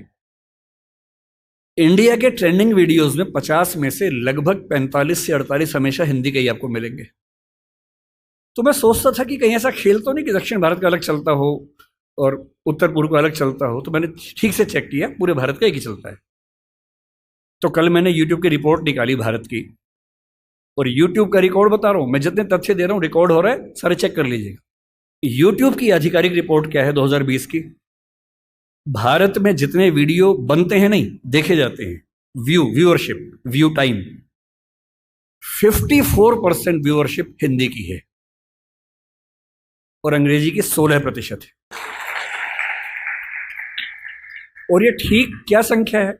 2011 के सेंसस में हिंदी बोलने वाले भारत में कितने हैं? 57% है। 57% आबादी 54% वीडियो देख रही है, इसमें आश्चर्य क्या है? ओटीटी की दुनिया में देख लीजिए, वाईकॉम 18 जिसका वूट नाम से चैनल आता है, मतलब ओटीटी प्लेटफॉर्म आता है, उसने एक सर्वे कंडक्ट किया। उन्होंने खूब कोशिश की, अंग्रेजी में की और भाषाओं में की, और अभी कुछ दिन पहले उन्होंने एक निकाली अपनी रिपोर्ट और बताया कि हम ओटीटी पर कितने भी एक्सपेरिमेंट्स कर लें, ओटीटी में हिंदी की भागीदारी 50% से ज्यादा ही रहती है, कम नहीं होती है। अंग्रेजी की 15% है, बाकी सारी भाषाओं के मिला के 35% है। फिर वही बात है, जिस देश में बोलने वाले 57% हैं वहां 50% वीडियो क्यों नहीं देखेंगे? और मनोरंजन आज की दुनिया का उभरता हुआ सबसे बड़ा व्यवसाय है। यूट्यूबर नाम का व्यवसाय हमारे बचपन में तो नहीं था, आजकल यूट्यूबर हैं। मैं तो बहुत यूट्यूबर से परिचित हूं, बड़े अच्छे तरीके से दोस्त हैं मेरे। कितना वो, मतलब उनके सामने आईएएस लोग बेचारे परेशान हैं कि हम क्यों आईएएस बने, यही बन जाते। मतलब एक एक महीने के 10 लाख, 20 लाख, 50 लाख, 1 करोड़, 3 करोड़ रुपए कमाते हैं, साथ ही प्रसिद्ध है बहुत ज्यादा। ऐसी दुनिया कहाँ किसने देखी थी? कोई ट्विटर पे है, कोई इंस्टा पे प्रसिद्ध है, और अपनी भाषा की वजह से है।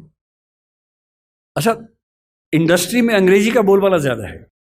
मैंने कुछ दिन पहले एक फिल्म में थोड़ा सा काम किया, उस फिल्म का नाम 12th फेल है, अभी आने वाली अगले महीने 27 अक्टूबर को आएगी वो फिल्म। उसमें मेरी भूमिका स्क्रिप्ट राइटिंग में ठीक ठाक थी और बाद में एक्टिंग भी मुझे करनी पड़ी। मेरा अपना ही रोल है, अपना ही कैरेक्टर है, छोटा सा है, ऐसा नहीं है कि मैं फिल्म का हीरो हूँ, छोटा सा रोल है, कहीं आप जाएं और आपको बड़ी निराशा हो, थोड़ा सा है। तो मैं स्क्रिप्ट राइटिंग कर रहा था, फिल्म हिंदी की है, विधु विनोद चोपड़ा उस फिल्म के डायरेक्टर हैं और प्रोड्यूसर भी हैं। तो उन्होंने मुझसे कहा कि स्क्रिप्ट हमने लिखी है लेकिन उस पर थोड़ा सा काम करने की जरूरत है। फिर तय हुआ कि हम फिर से स्क्रिप्टिंग करेंगे उस फिल्म की। तो करीब 70 सीन है, जिनमें से अनुमान से 20-25 मैंने खुद लिखी हैं। वो बड़ा मुश्किल काम होता है, मुझे लगता था कि 2-4 दिन का काम होगा, लेकिन वो 6 से 8 घंटे में एक सीन हो पाता था, तो 2-2 दिन में जाके एक सीन पूरा होता था। बड़ा मुश्किल काम था। फिर खारिज भी होता था, उसमें फिर अमेंडमेंट्स होते थे। 100 बार तो फाइनल ही हुआ, फाइनल नंबर 2, फाइनल नंबर 3, ऐसे करते करते फाइनल होता था। इंटरेस्टिंग बात क्या है कि जब स्क्रिप्ट मेरे पास आई ओरिजिनल, हिंदी भाषा में, पर रोमन लिपि में थी।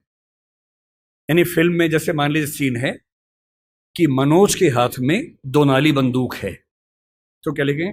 MANOJKEHATHMEDONALI BANDOOKHAI। अच्छा, मुझे हिंदी रोमन लिपि में पढ़ने में बड़ी बाधा होती है, दुविधा होती है। एक तो बात यहां से वहां हो जाती है, जैसे कोई ध और ढ का अंतर बता ही नहीं सकता अगर मैं रोमन में लिखूं। कोई ऐसा शब्द हो जिसमें ध और ढ में कंफ्यूजन हो जाए। अब मैं कुछ भी करके नहीं समझ सकता कि DH ध है कि ढ है, क्योंकि वो लिपि मेरी भाषा के हिसाब से बनी ही नहीं है। ड़ अंग्रेजी में मैं कितनी भी कोशिश करूं लिख ही नहीं सकता हूं, ण लिख ही नहीं सकता हूं। मैं हरियाणा में जा रहा हूं और मैं हरियाणा में बोल रहा हूं कि बालक इधर आ, बालक नहीं बोलते हैं, ड़ बोलते हैं, जो ड़ भी नहीं है ल भी नहीं है, दोनों के बीच के साउंड है। अब मैं रोमन में कितनी भी कोशिश करके लिख ही नहीं सकता वो चीज। और एक्टर को बोलना क्या है? बालक। सड़क नहीं लिख सकता हूं, SARAK या SADAK, कैसे लिखूं? या तो उस लिपि को उसके फोनेटिक्स के हिसाब से चेंज करूं, जो फिलोसफी में हम करते भी हैं, नहीं तो कैसे काम चले। तो मैंने उनसे कहा, मैंने कहा सर मैं, देखिए मुझे बड़ी असुविधा होती है इसमें, मैं देवनागरी में लिखूंगा और आप कहेंगे तो मैं उसको रोमन में कर दूंगा बाद में, पर पहली बार मैं आत्मा में उतरने दो, मुझे देवनागरी में लिखने दो। तो उनको आश्चर्य हुआ कि ऐसा भी होता है, क्योंकि उस इंडस्ट्री में आमतौर पर ऐसा नहीं होता है। तो मैंने देवनागरी में एक सीन लिखा, लिख के भेजा। नियम था कि मैं रोज रात को 3 बजे ईमेल करता था। मेरा शेड्यूल था 3 बजे सोने का, उनका था 5 बजे उठने का। तो 5 बजे उठ के पढ़ते थे और 6 बजे तक कमेंट्स आ जाते थे, फिर मैं उठने के बाद उसको ठीक करता था। तो जब पहली बार मैंने भेजा उनको हिंदी में सीन लिख के, तो नेक्स्ट डे वीडियो कॉल हमारी चल रही थी। अब सोचिए, विधु विनोद चोपड़ा जो कि बहुत बड़े डायरेक्टर प्रोड्यूसर है इस इंडस्ट्री के, 5-6 लोग टीम में हैं, बड़े बड़े लेखक हैं, डायरेक्टर्स हैं, वो सब उस टीम में वीडियो कॉन्फ्रेंसिंग में हैं। सबके सामने क्या बोले? बोले यार ईमानदारी की बात है, पढ़ के मजा आ गया। मुझसे काफी बड़े हैं, मुझे छोटे भाई की तरह मानते। बोले विकास अब तू ऐसे लिख यार, ऐसी मजा आता है। और बाकी टीम को बोले कि तुम्हें इंग्लिश में करना हो कर लेना, बाद में हम हिंदी में करेंगे। उसके बाद वो पूरी फिल्म हिंदी में लिखी गई। बाद में इंग्लिश में हुआ, जब शूटिंग हुई तो उसको इंग्लिश में कुछ एक्टर्स के लिए किया गया, क्योंकि हर एक्टर नहीं समझ पाता। विशेष रूप से मान लीजिए कोई एक्टर दक्षिण भारत से आ जाए, उसको हिंदी में फिल्म शूट करनी है, कैसे करेगा बेचारा? उसको रोमन में लिख के देते हैं। पर कुछ लोग हैं, अमिताभ बच्चन एक जमाने में ऐसा करते थे, आशुतोष राणा इस समय ऐसा करते हैं। मेरे मित्र हैं, कुछ दिन पहले बता रहे थे कि उनकी स्क्रिप्ट अभी भी हिंदी में लिखी हुई आती है, देवनागरी में लिखी हुई आती है। उनका तेवर है कि भाई देवनागरी में पढ़ूंगा, रोमन में नहीं आत्मा पकड़ में आती है, तो करते हैं उसमें। मेरा जो कहना है वो ये कि मनोरंजन की दुनिया में इतने अवसर हैं और उन अवसरों में हिंदी का मुकाबला किसी भाषा में नहीं हो सकता है। बस थोड़ा सा अपनी ताकत का एहसास करिए, घबराइए मत, डरिए मत। हिंदी समाज की सबसे बड़ी समस्या एक ऐसा डर है जो बिना किसी वजह के, जो मिरांडा को था। वो योग्य थी, समझदार थी, पर उसको ये एहसास करा दिया गया था कि तुम सही फैसले नहीं कर सकती हो, तुम्हारे फैसले हम करेंगे। यही हिंदी समाज की बात है। और हिंदी समाज से मेरा निवेदन सिर्फ इतना है, किसी भाषा से नफरत नहीं करनी है, बाहें फैलाकर सबका स्वागत करना है। अंग्रेजी से भी मोहब्बत करनी है, उससे ज़्यादा तमिल तेलुगु से करनी है, उससे ज़्यादा हिंदी से करनी है।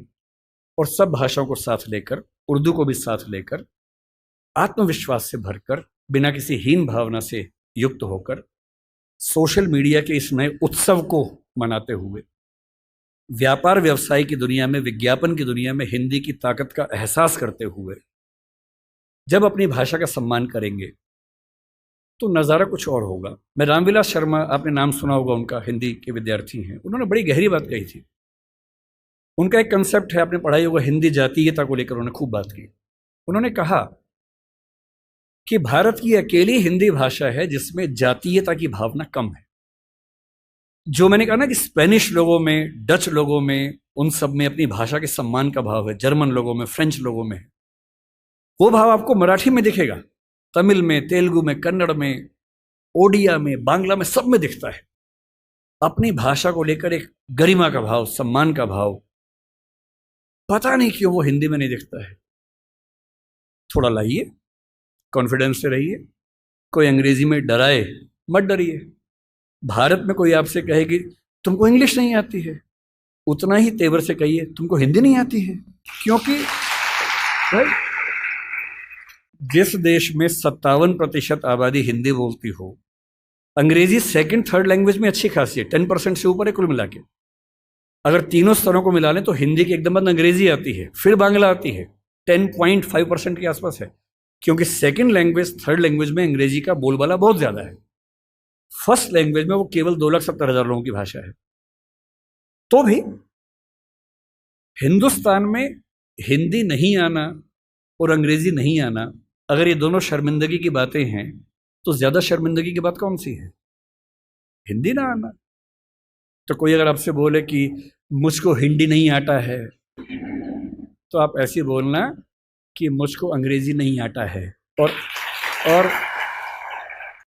थोड़ी बहुत आती है, मेरा काम चल जाता है। अगर मुझे खेती करनी है तो मुझे अंग्रेजी क्यों चाहिए? अगर मुझे छोटा मोटा उद्यम करना है, अंग्रेजी क्यों चाहिए? हाँ, अगर मुझे सुप्रीम कोर्ट का वकील बनना है तो अंग्रेजी चाहिए। अगर मुझे एकेडमिक्स में, रिसर्च में जाना है, माइक्रोबायोलॉजी में जाना है, तो अंग्रेजी चाहिए। और उसमें भी धीरे धीरे क्यों ऐसा ना हो कि हिंदी में पढ़ने लिखने की संस्कृति बने। एक अंतिम निवेदन आपसे कर रहा हूँ। हिंदी समाज को लेकर मेरी गंभीर शिकायत है कि हम पढ़ते लिखते नहीं हैं, अफवाहें फैलाते हैं, अफवाहें सुनते हैं, प्रभावित होते हैं। थोड़ा पढ़िए, तथ्यों को देखिए, रिपोर्ट्स को पढ़िए, किसी भी मुद्दे पर जो तथ्य हैं उनको समझकर अपनी राय बनाइए, दिमाग की खिड़कियां खोलिए। और मेरा मानना है कि एक समाज के तौर पर यदि हम ऐसे हो जाएंगे तो हमारा सम्मान खुद ब खुद दुनिया भर में होगा। केवल भारत का मसला नहीं है, पूरी दुनिया में होगा। धन्यवाद। सर, मैं अंग्रेज़ी मीडियम की छात्रा हूँ, पर मतलब मैंने स्कूलिंग भी इंग्लिश मीडियम से की है, तो वहाँ भाषा बहुत सरल होती थी। पर जब मैं दिल्ली में आई, फिर बहुत बड़ी कन्फ्यूजन हो गई मेरे को। मेरे को लगता है मैं इंग्लिश में फिट नहीं बैठ पाती, हिंदी में भी फिट नहीं बैठ पाती। तो फिर इसका कोई सॉल्यूशन ना मेरे को ढंग से, मतलब इंग्लिश में चीज़ें हिंदी में चीज़ें समझने में ज़्यादा अच्छा लगता है, पर मेरा मीडियम इंग्लिश है और हिंदी में मुझे ज़्यादा इतनी, मतलब जो डीप वाली पकड़ होती है वो नहीं है। आपकी भाषा कैसी है इसका फैसला 2-3 तरीके से होता है। पहला ये कि आपका सिंटेक्स, यानी भाषा में जो व्याकरण के नियम हैं, वाक्य बनाना, समझना, जटिल वाक्य बनाना, उन सब में आप सहज हैं या नहीं, ये पहला सवाल है। और दूसरा ये कि उसमें जितने नए नए शब्द आते हैं वो आपको समझ में आते हैं नहीं आते हैं। मेरे ख्याल से अगर आप अंग्रेजी माध्यम के विद्यार्थी हैं तो आपको अंग्रेजी में सिंटेक्स में दिक्कत नहीं होगी, टेंसेस समझ में आते होंगे, मुश्किल से मुश्किल वाक्य भी आपको समझ में आता है कि वाक्य कैसे बना हुआ है, लिख भी लेती होंगी आप। मेरे अनुमान से आपकी दिक्कत ज़्यादा इसलिए है कि शब्द इतने सारे नए अचानक आ रहे होंगे कि उन सबको समझ पाना मुश्किल होता होगा। तो मेरा अनुमान ये कि ये समस्या तो एक उर्वर भूमि है, अपनी भाषा को अच्छा करने का एक तरीका है। और पहले के लोग बोलते थे कि रोज़ 5 नए शब्द सीखो, वो एक आउटडेटेड कंसेप्ट है। आज का कंसेप्ट ये है कि जो भी शब्द आपके सामने पहली बार है उसे नोट कीजिए, उसे 2-3 तरह से वाक्यों में इस्तेमाल कीजिए, और उस डायरी के शब्दों को रोज़ कोशिश करके 1-2 शब्दों का इस्तेमाल करते रहिए। तो अंग्रेजी को अच्छा बनाने के लिए 2-3 महीने काफ़ी हैं। कोई रॉकेट साइंस थोड़ा है, भाषा ही तो है। भले मेरी समझ है कि कोई भी भाषा, चाइनीज़ को लेकर मैं थोड़ा पसोपेश में रहता हूँ, सामान्यतः कोई भी भाषा सीखने के लिए 3 से 6 महीने पर्याप्त होते हैं ठीक स्तर तक सीखने के लिए, चाहे वो अंग्रेजी हो चाहे वो हिंदी हो। तो अगर आपने अंग्रेजी में पढ़ाई अपनी की है, शुरू कर दी है, तो अंग्रेजी में पढ़ें और शब्द बढ़ाएं। और वैसे अगर आपके टीचर क्लास के बाद अलग से उसी बात को थोड़ा हिंदी में भी समझा दें तो शायद ज़्यादा अच्छे समझ में आएगा।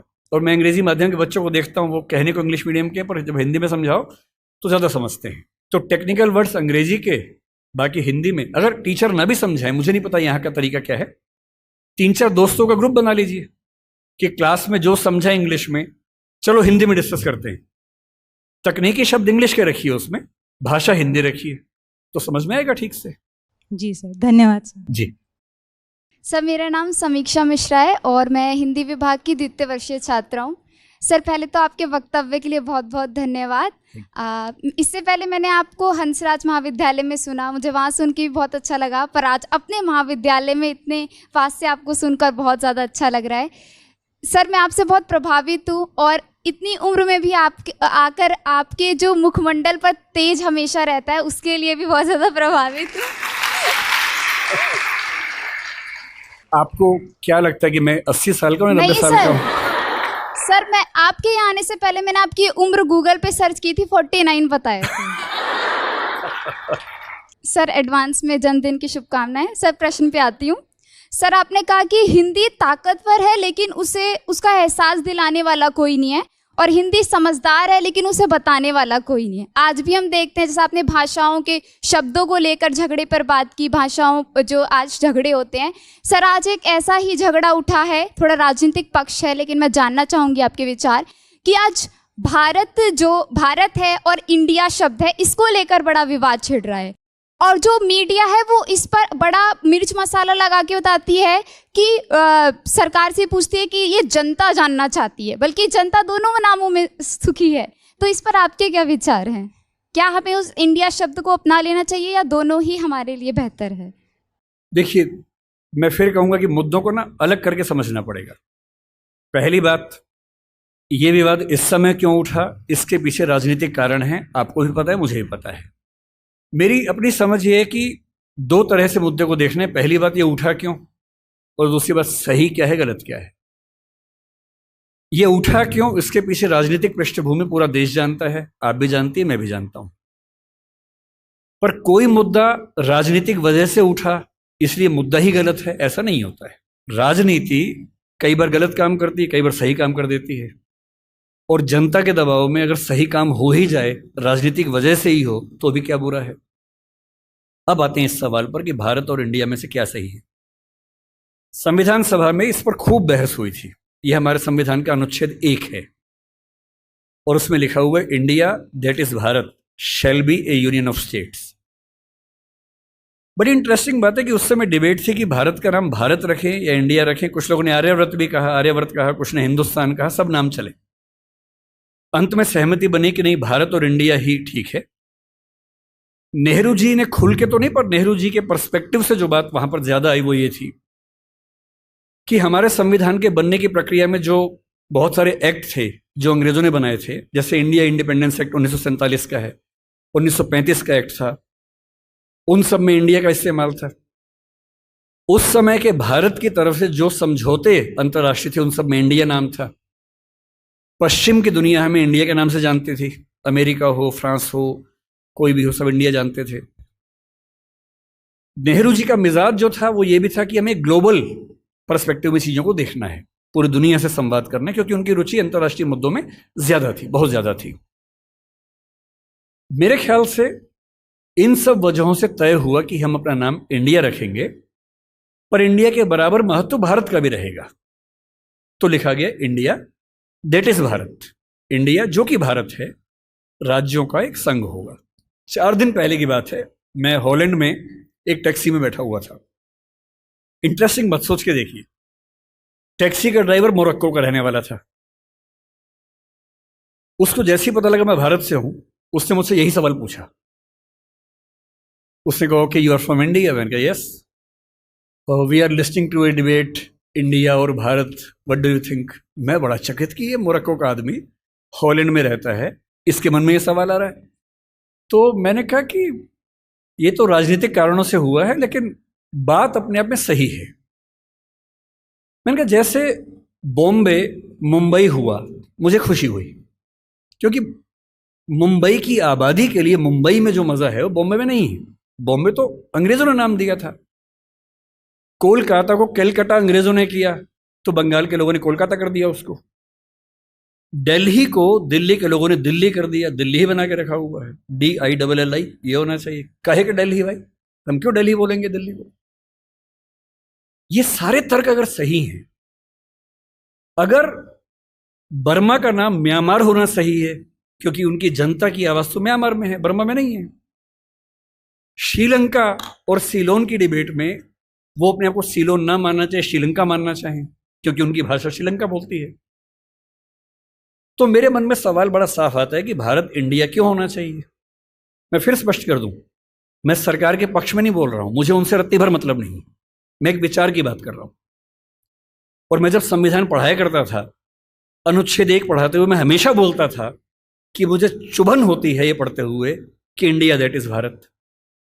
दोनों ही लिखने थे तो भारत दैट इज इंडिया कर देते। अगर दोनों ही लिखने थे ठीक है, दोनों रखें, क्या दिक्कत है।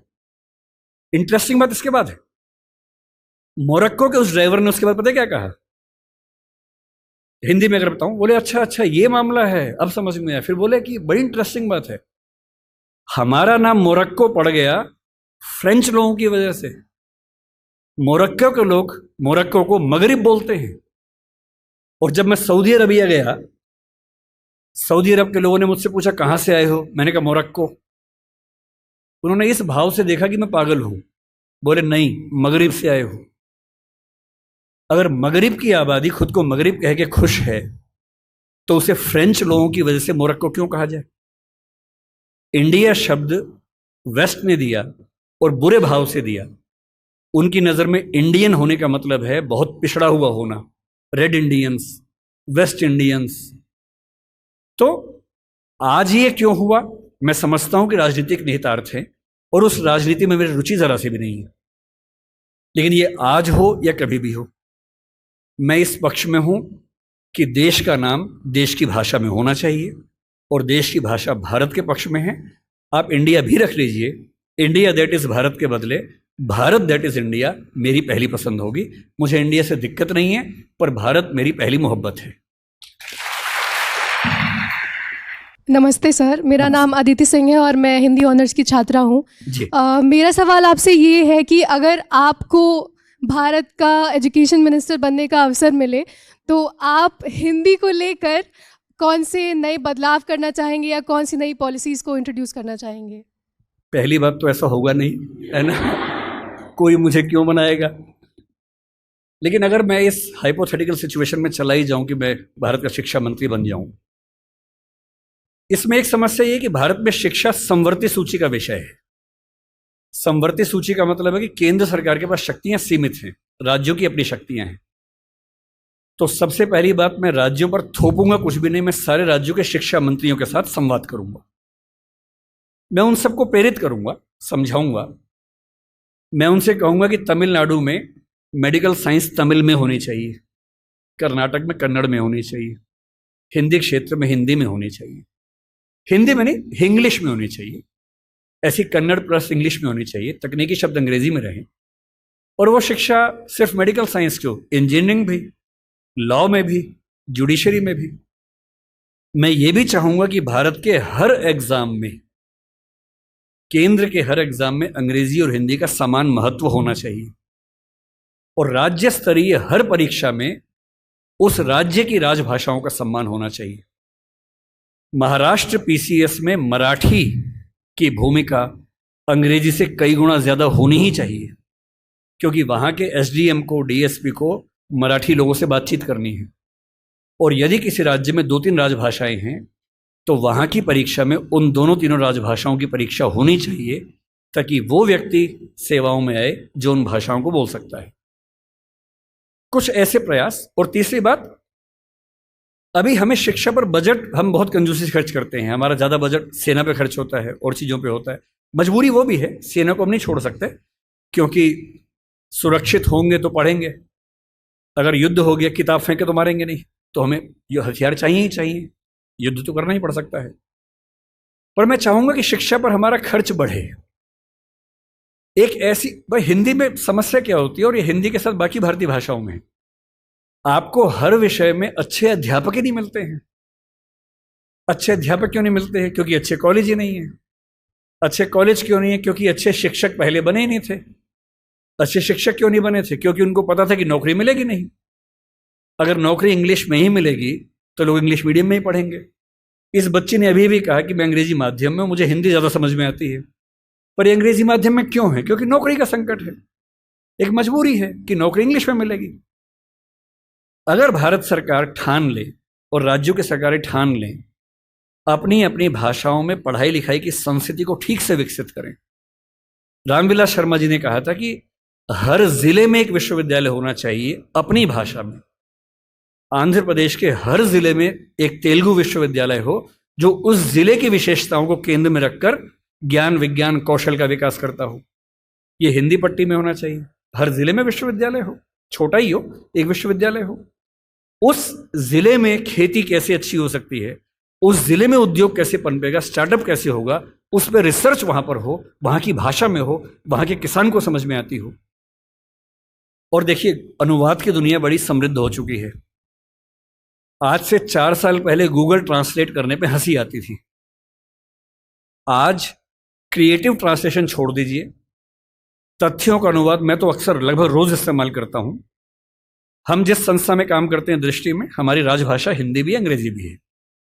और मैं सुनिश्चित करता हूं कि हमारी संस्था में जितने भी नोटिफिकेशंस आएंगे पहले हिंदी में आते हैं, फिर अंग्रेजी में आते हैं। मैं खुद बनाता हूं, दोनों भाषाओं में बनाता हूं। पहले हिंदी में, गूगल ट्रांसलेट पे जाता हूं, 1 सेकंड में अनुवाद हो जाता है। फिर उसको चेक करता हूं। आश्चर्य आपको होगा कि पहले 40-50% सही होता था, आजकल 95-97% सही होता है। मुश्किल से 2 साल रुक जाइए, यह मामला 100% का होने वाला है।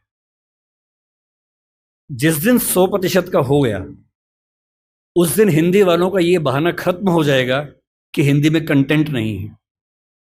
आपको अंग्रेजी का जो अखबार पढ़ना है, आज से 2 साल बाद पता क्या होगा? आप नेट पे जाएंगे, द हिंदू मान लीजिए पढ़ना है आपको, आप द हिंदू पे जाएंगे, नीचे क्या लिखा होगा, कौन सी भाषा में पढ़ेंगे, सारी भाषाओं के नाम होंगे, यहां तक कि स्पेनिश और फ्रेंच भी लिखा होगा। आप हिंदी क्लिक करेंगे, पूरा अखबार हिंदी में आएगा आपके सामने। फिर क्या बहाना बचता है? दुनिया की जो भी किताब पढ़नी है, एक टैबलेट आपके पास होगा या बुक रीडर होगा, दुनिया की जो किताब पढ़नी हो अपनी भाषा में आप पढ़ेंगे और अनुवाद की समस्या रत्ती भर नहीं होगी। मुश्किल से 5 से 10 साल के बाद ऐसी डिवाइसेस आ जाएंगी, ईयरफोन लगा होगा आपके कान में। आप जैसे, मैं भी जब विदेश में जाता हूं, जहां अंग्रेजी चलती है वहां दिक्कत नहीं आती। अब जैसे मान लीजिए मैं ऑशविट्स, एक आपने सुना होगा जहां नाजी अत्याचार हुए थे, मैं 2 दिन पहले पोलैंड में वहीं गया हुआ था। वहां हर चीज पोलिश भाषा में लिखी हुई थी, कहीं कहीं अंग्रेजी थी। अब समझ में नहीं आ रहा कैसे पढ़ूं। गूगल ट्रांसलेट पे जाके कैमरा ऑन करना है, लैंग्वेज में आपने कर दिया पॉलिश टू इंग्लिश। आप कैमरा जहां जहां ले जा रहे हैं, पॉलिश इंग्लिश में कन्वर्ट होकर दिख रही है आपको, कोई समस्या ही नहीं है। वो सारी पॉलिश लिखी है, मैं सारा अंग्रेजी में पढ़ रहा हूं, कहीं कहीं हिंदी में पढ़ रहा हूं, सब कुछ हो चुका है। मुश्किल से 2-3 साल बाद क्या होगा, ऐसे हेडफोन्स और माइक आ जाएंगे। आप अपने कंप्यूटर से या फोन से कनेक्टेड हैं, एक पॉलिश व्यक्ति या मान लीजिए डच व्यक्ति आपसे बात कर रहा है, नीदरलैंड्स का, उसको केवल डच आती है, मुझे केवल हिंदी आती है। मैंने अपने फ़ोन में डच से हिंदी सेट कर दिया, उसने अपने फ़ोन में हिंदी से डच सेट कर दिया। वो डच बोल रहा है, मेरे हेडफोन में जो माइक है वो उसको सुन रहा है, कंप्यूटर कनेक्टेड है, फ़ोन कनेक्टेड है, मेरा फ़ोन तुरंत उसको हिंदी में कन्वर्ट करके मुझे हिंदी में सुना रहा है। मैं हिंदी बोल रहा हूँ, उसे डच में सुन रहा है। और ये मैक्सिमम अगले 5 साल का मामला है। 5 साल बाद बेबीलोन की मीनार बन जाएगी। 5 साल बाद आप दुनिया की किसी भी भाषा के साहित्य को, साहित्य में थोड़ी दिक्कत आ सकती है, ज्ञान विज्ञान की बात कर लेते हैं, किसी भी भाषा के ज्ञान विज्ञान को आसानी से पढ़ सकेंगे। अगर मैं शिक्षा मंत्री बन गया, जो कि मैं नहीं बनूंगा, मैं जानता हूं, क्योंकि लोग क्लिप काट के चलाएंगे कि देखो बनना चाह रहा है ना। अगर ऐसा कभी हुआ तो मैं सुनिश्चित करूंगा भारत के हर विश्वविद्यालय में हर ज्ञान की चीज हर भाषा में उपलब्ध हो। और 20-25 साल लगेंगे, जिस दिन हिंदी, मराठी, तमिल बच्चों को समझ में आ गया कि उनकी भाषाओं में भविष्य है, वो अपनी भाषाओं में पढ़ के आग लगा देंगे। ऐसी ऐसी रिसर्च करेंगे, अभी हम कल्पना नहीं कर सकते हैं।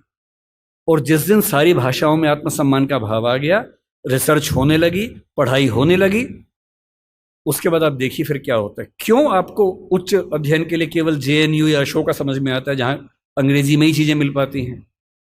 क्यों ऐसा नहीं होता कि कुछ ऐसे विश्वविद्यालय हों जहां हिंदी में इतने स्तर के ज्ञान की बातें होती हों जो दुनिया के बेस्ट यूनिवर्सिटीज के लेवल की बातें हैं? क्यों हार्वर्ड जैसा स्ट्रक्चर हिंदी में नहीं बन सकता, येल नहीं बन सकता? एकदम बन सकता है। लेकिन सरकार को 20-25 साल ताकत लगानी होगी, एक विजन रखना होगा, और जो तकनीकें हमारे ज़माने में आ चुकी हैं उन तकनीकों के होते हुए ये बिल्कुल मुश्किल काम नहीं है, एकदम आसान काम है। बस एक विजन हो, दृढ़ इच्छा शक्ति हो, और 20-25 साल का समय, एक पीढ़ी गुजरने का समय। आप ऐसे चेंजेस 2 दिन में नहीं कर सकते, एक पीढ़ी लगती है, और हर पीढ़ी के साथ वो चेंजेस आपको नजर आते हैं। मैं ये करूँगा।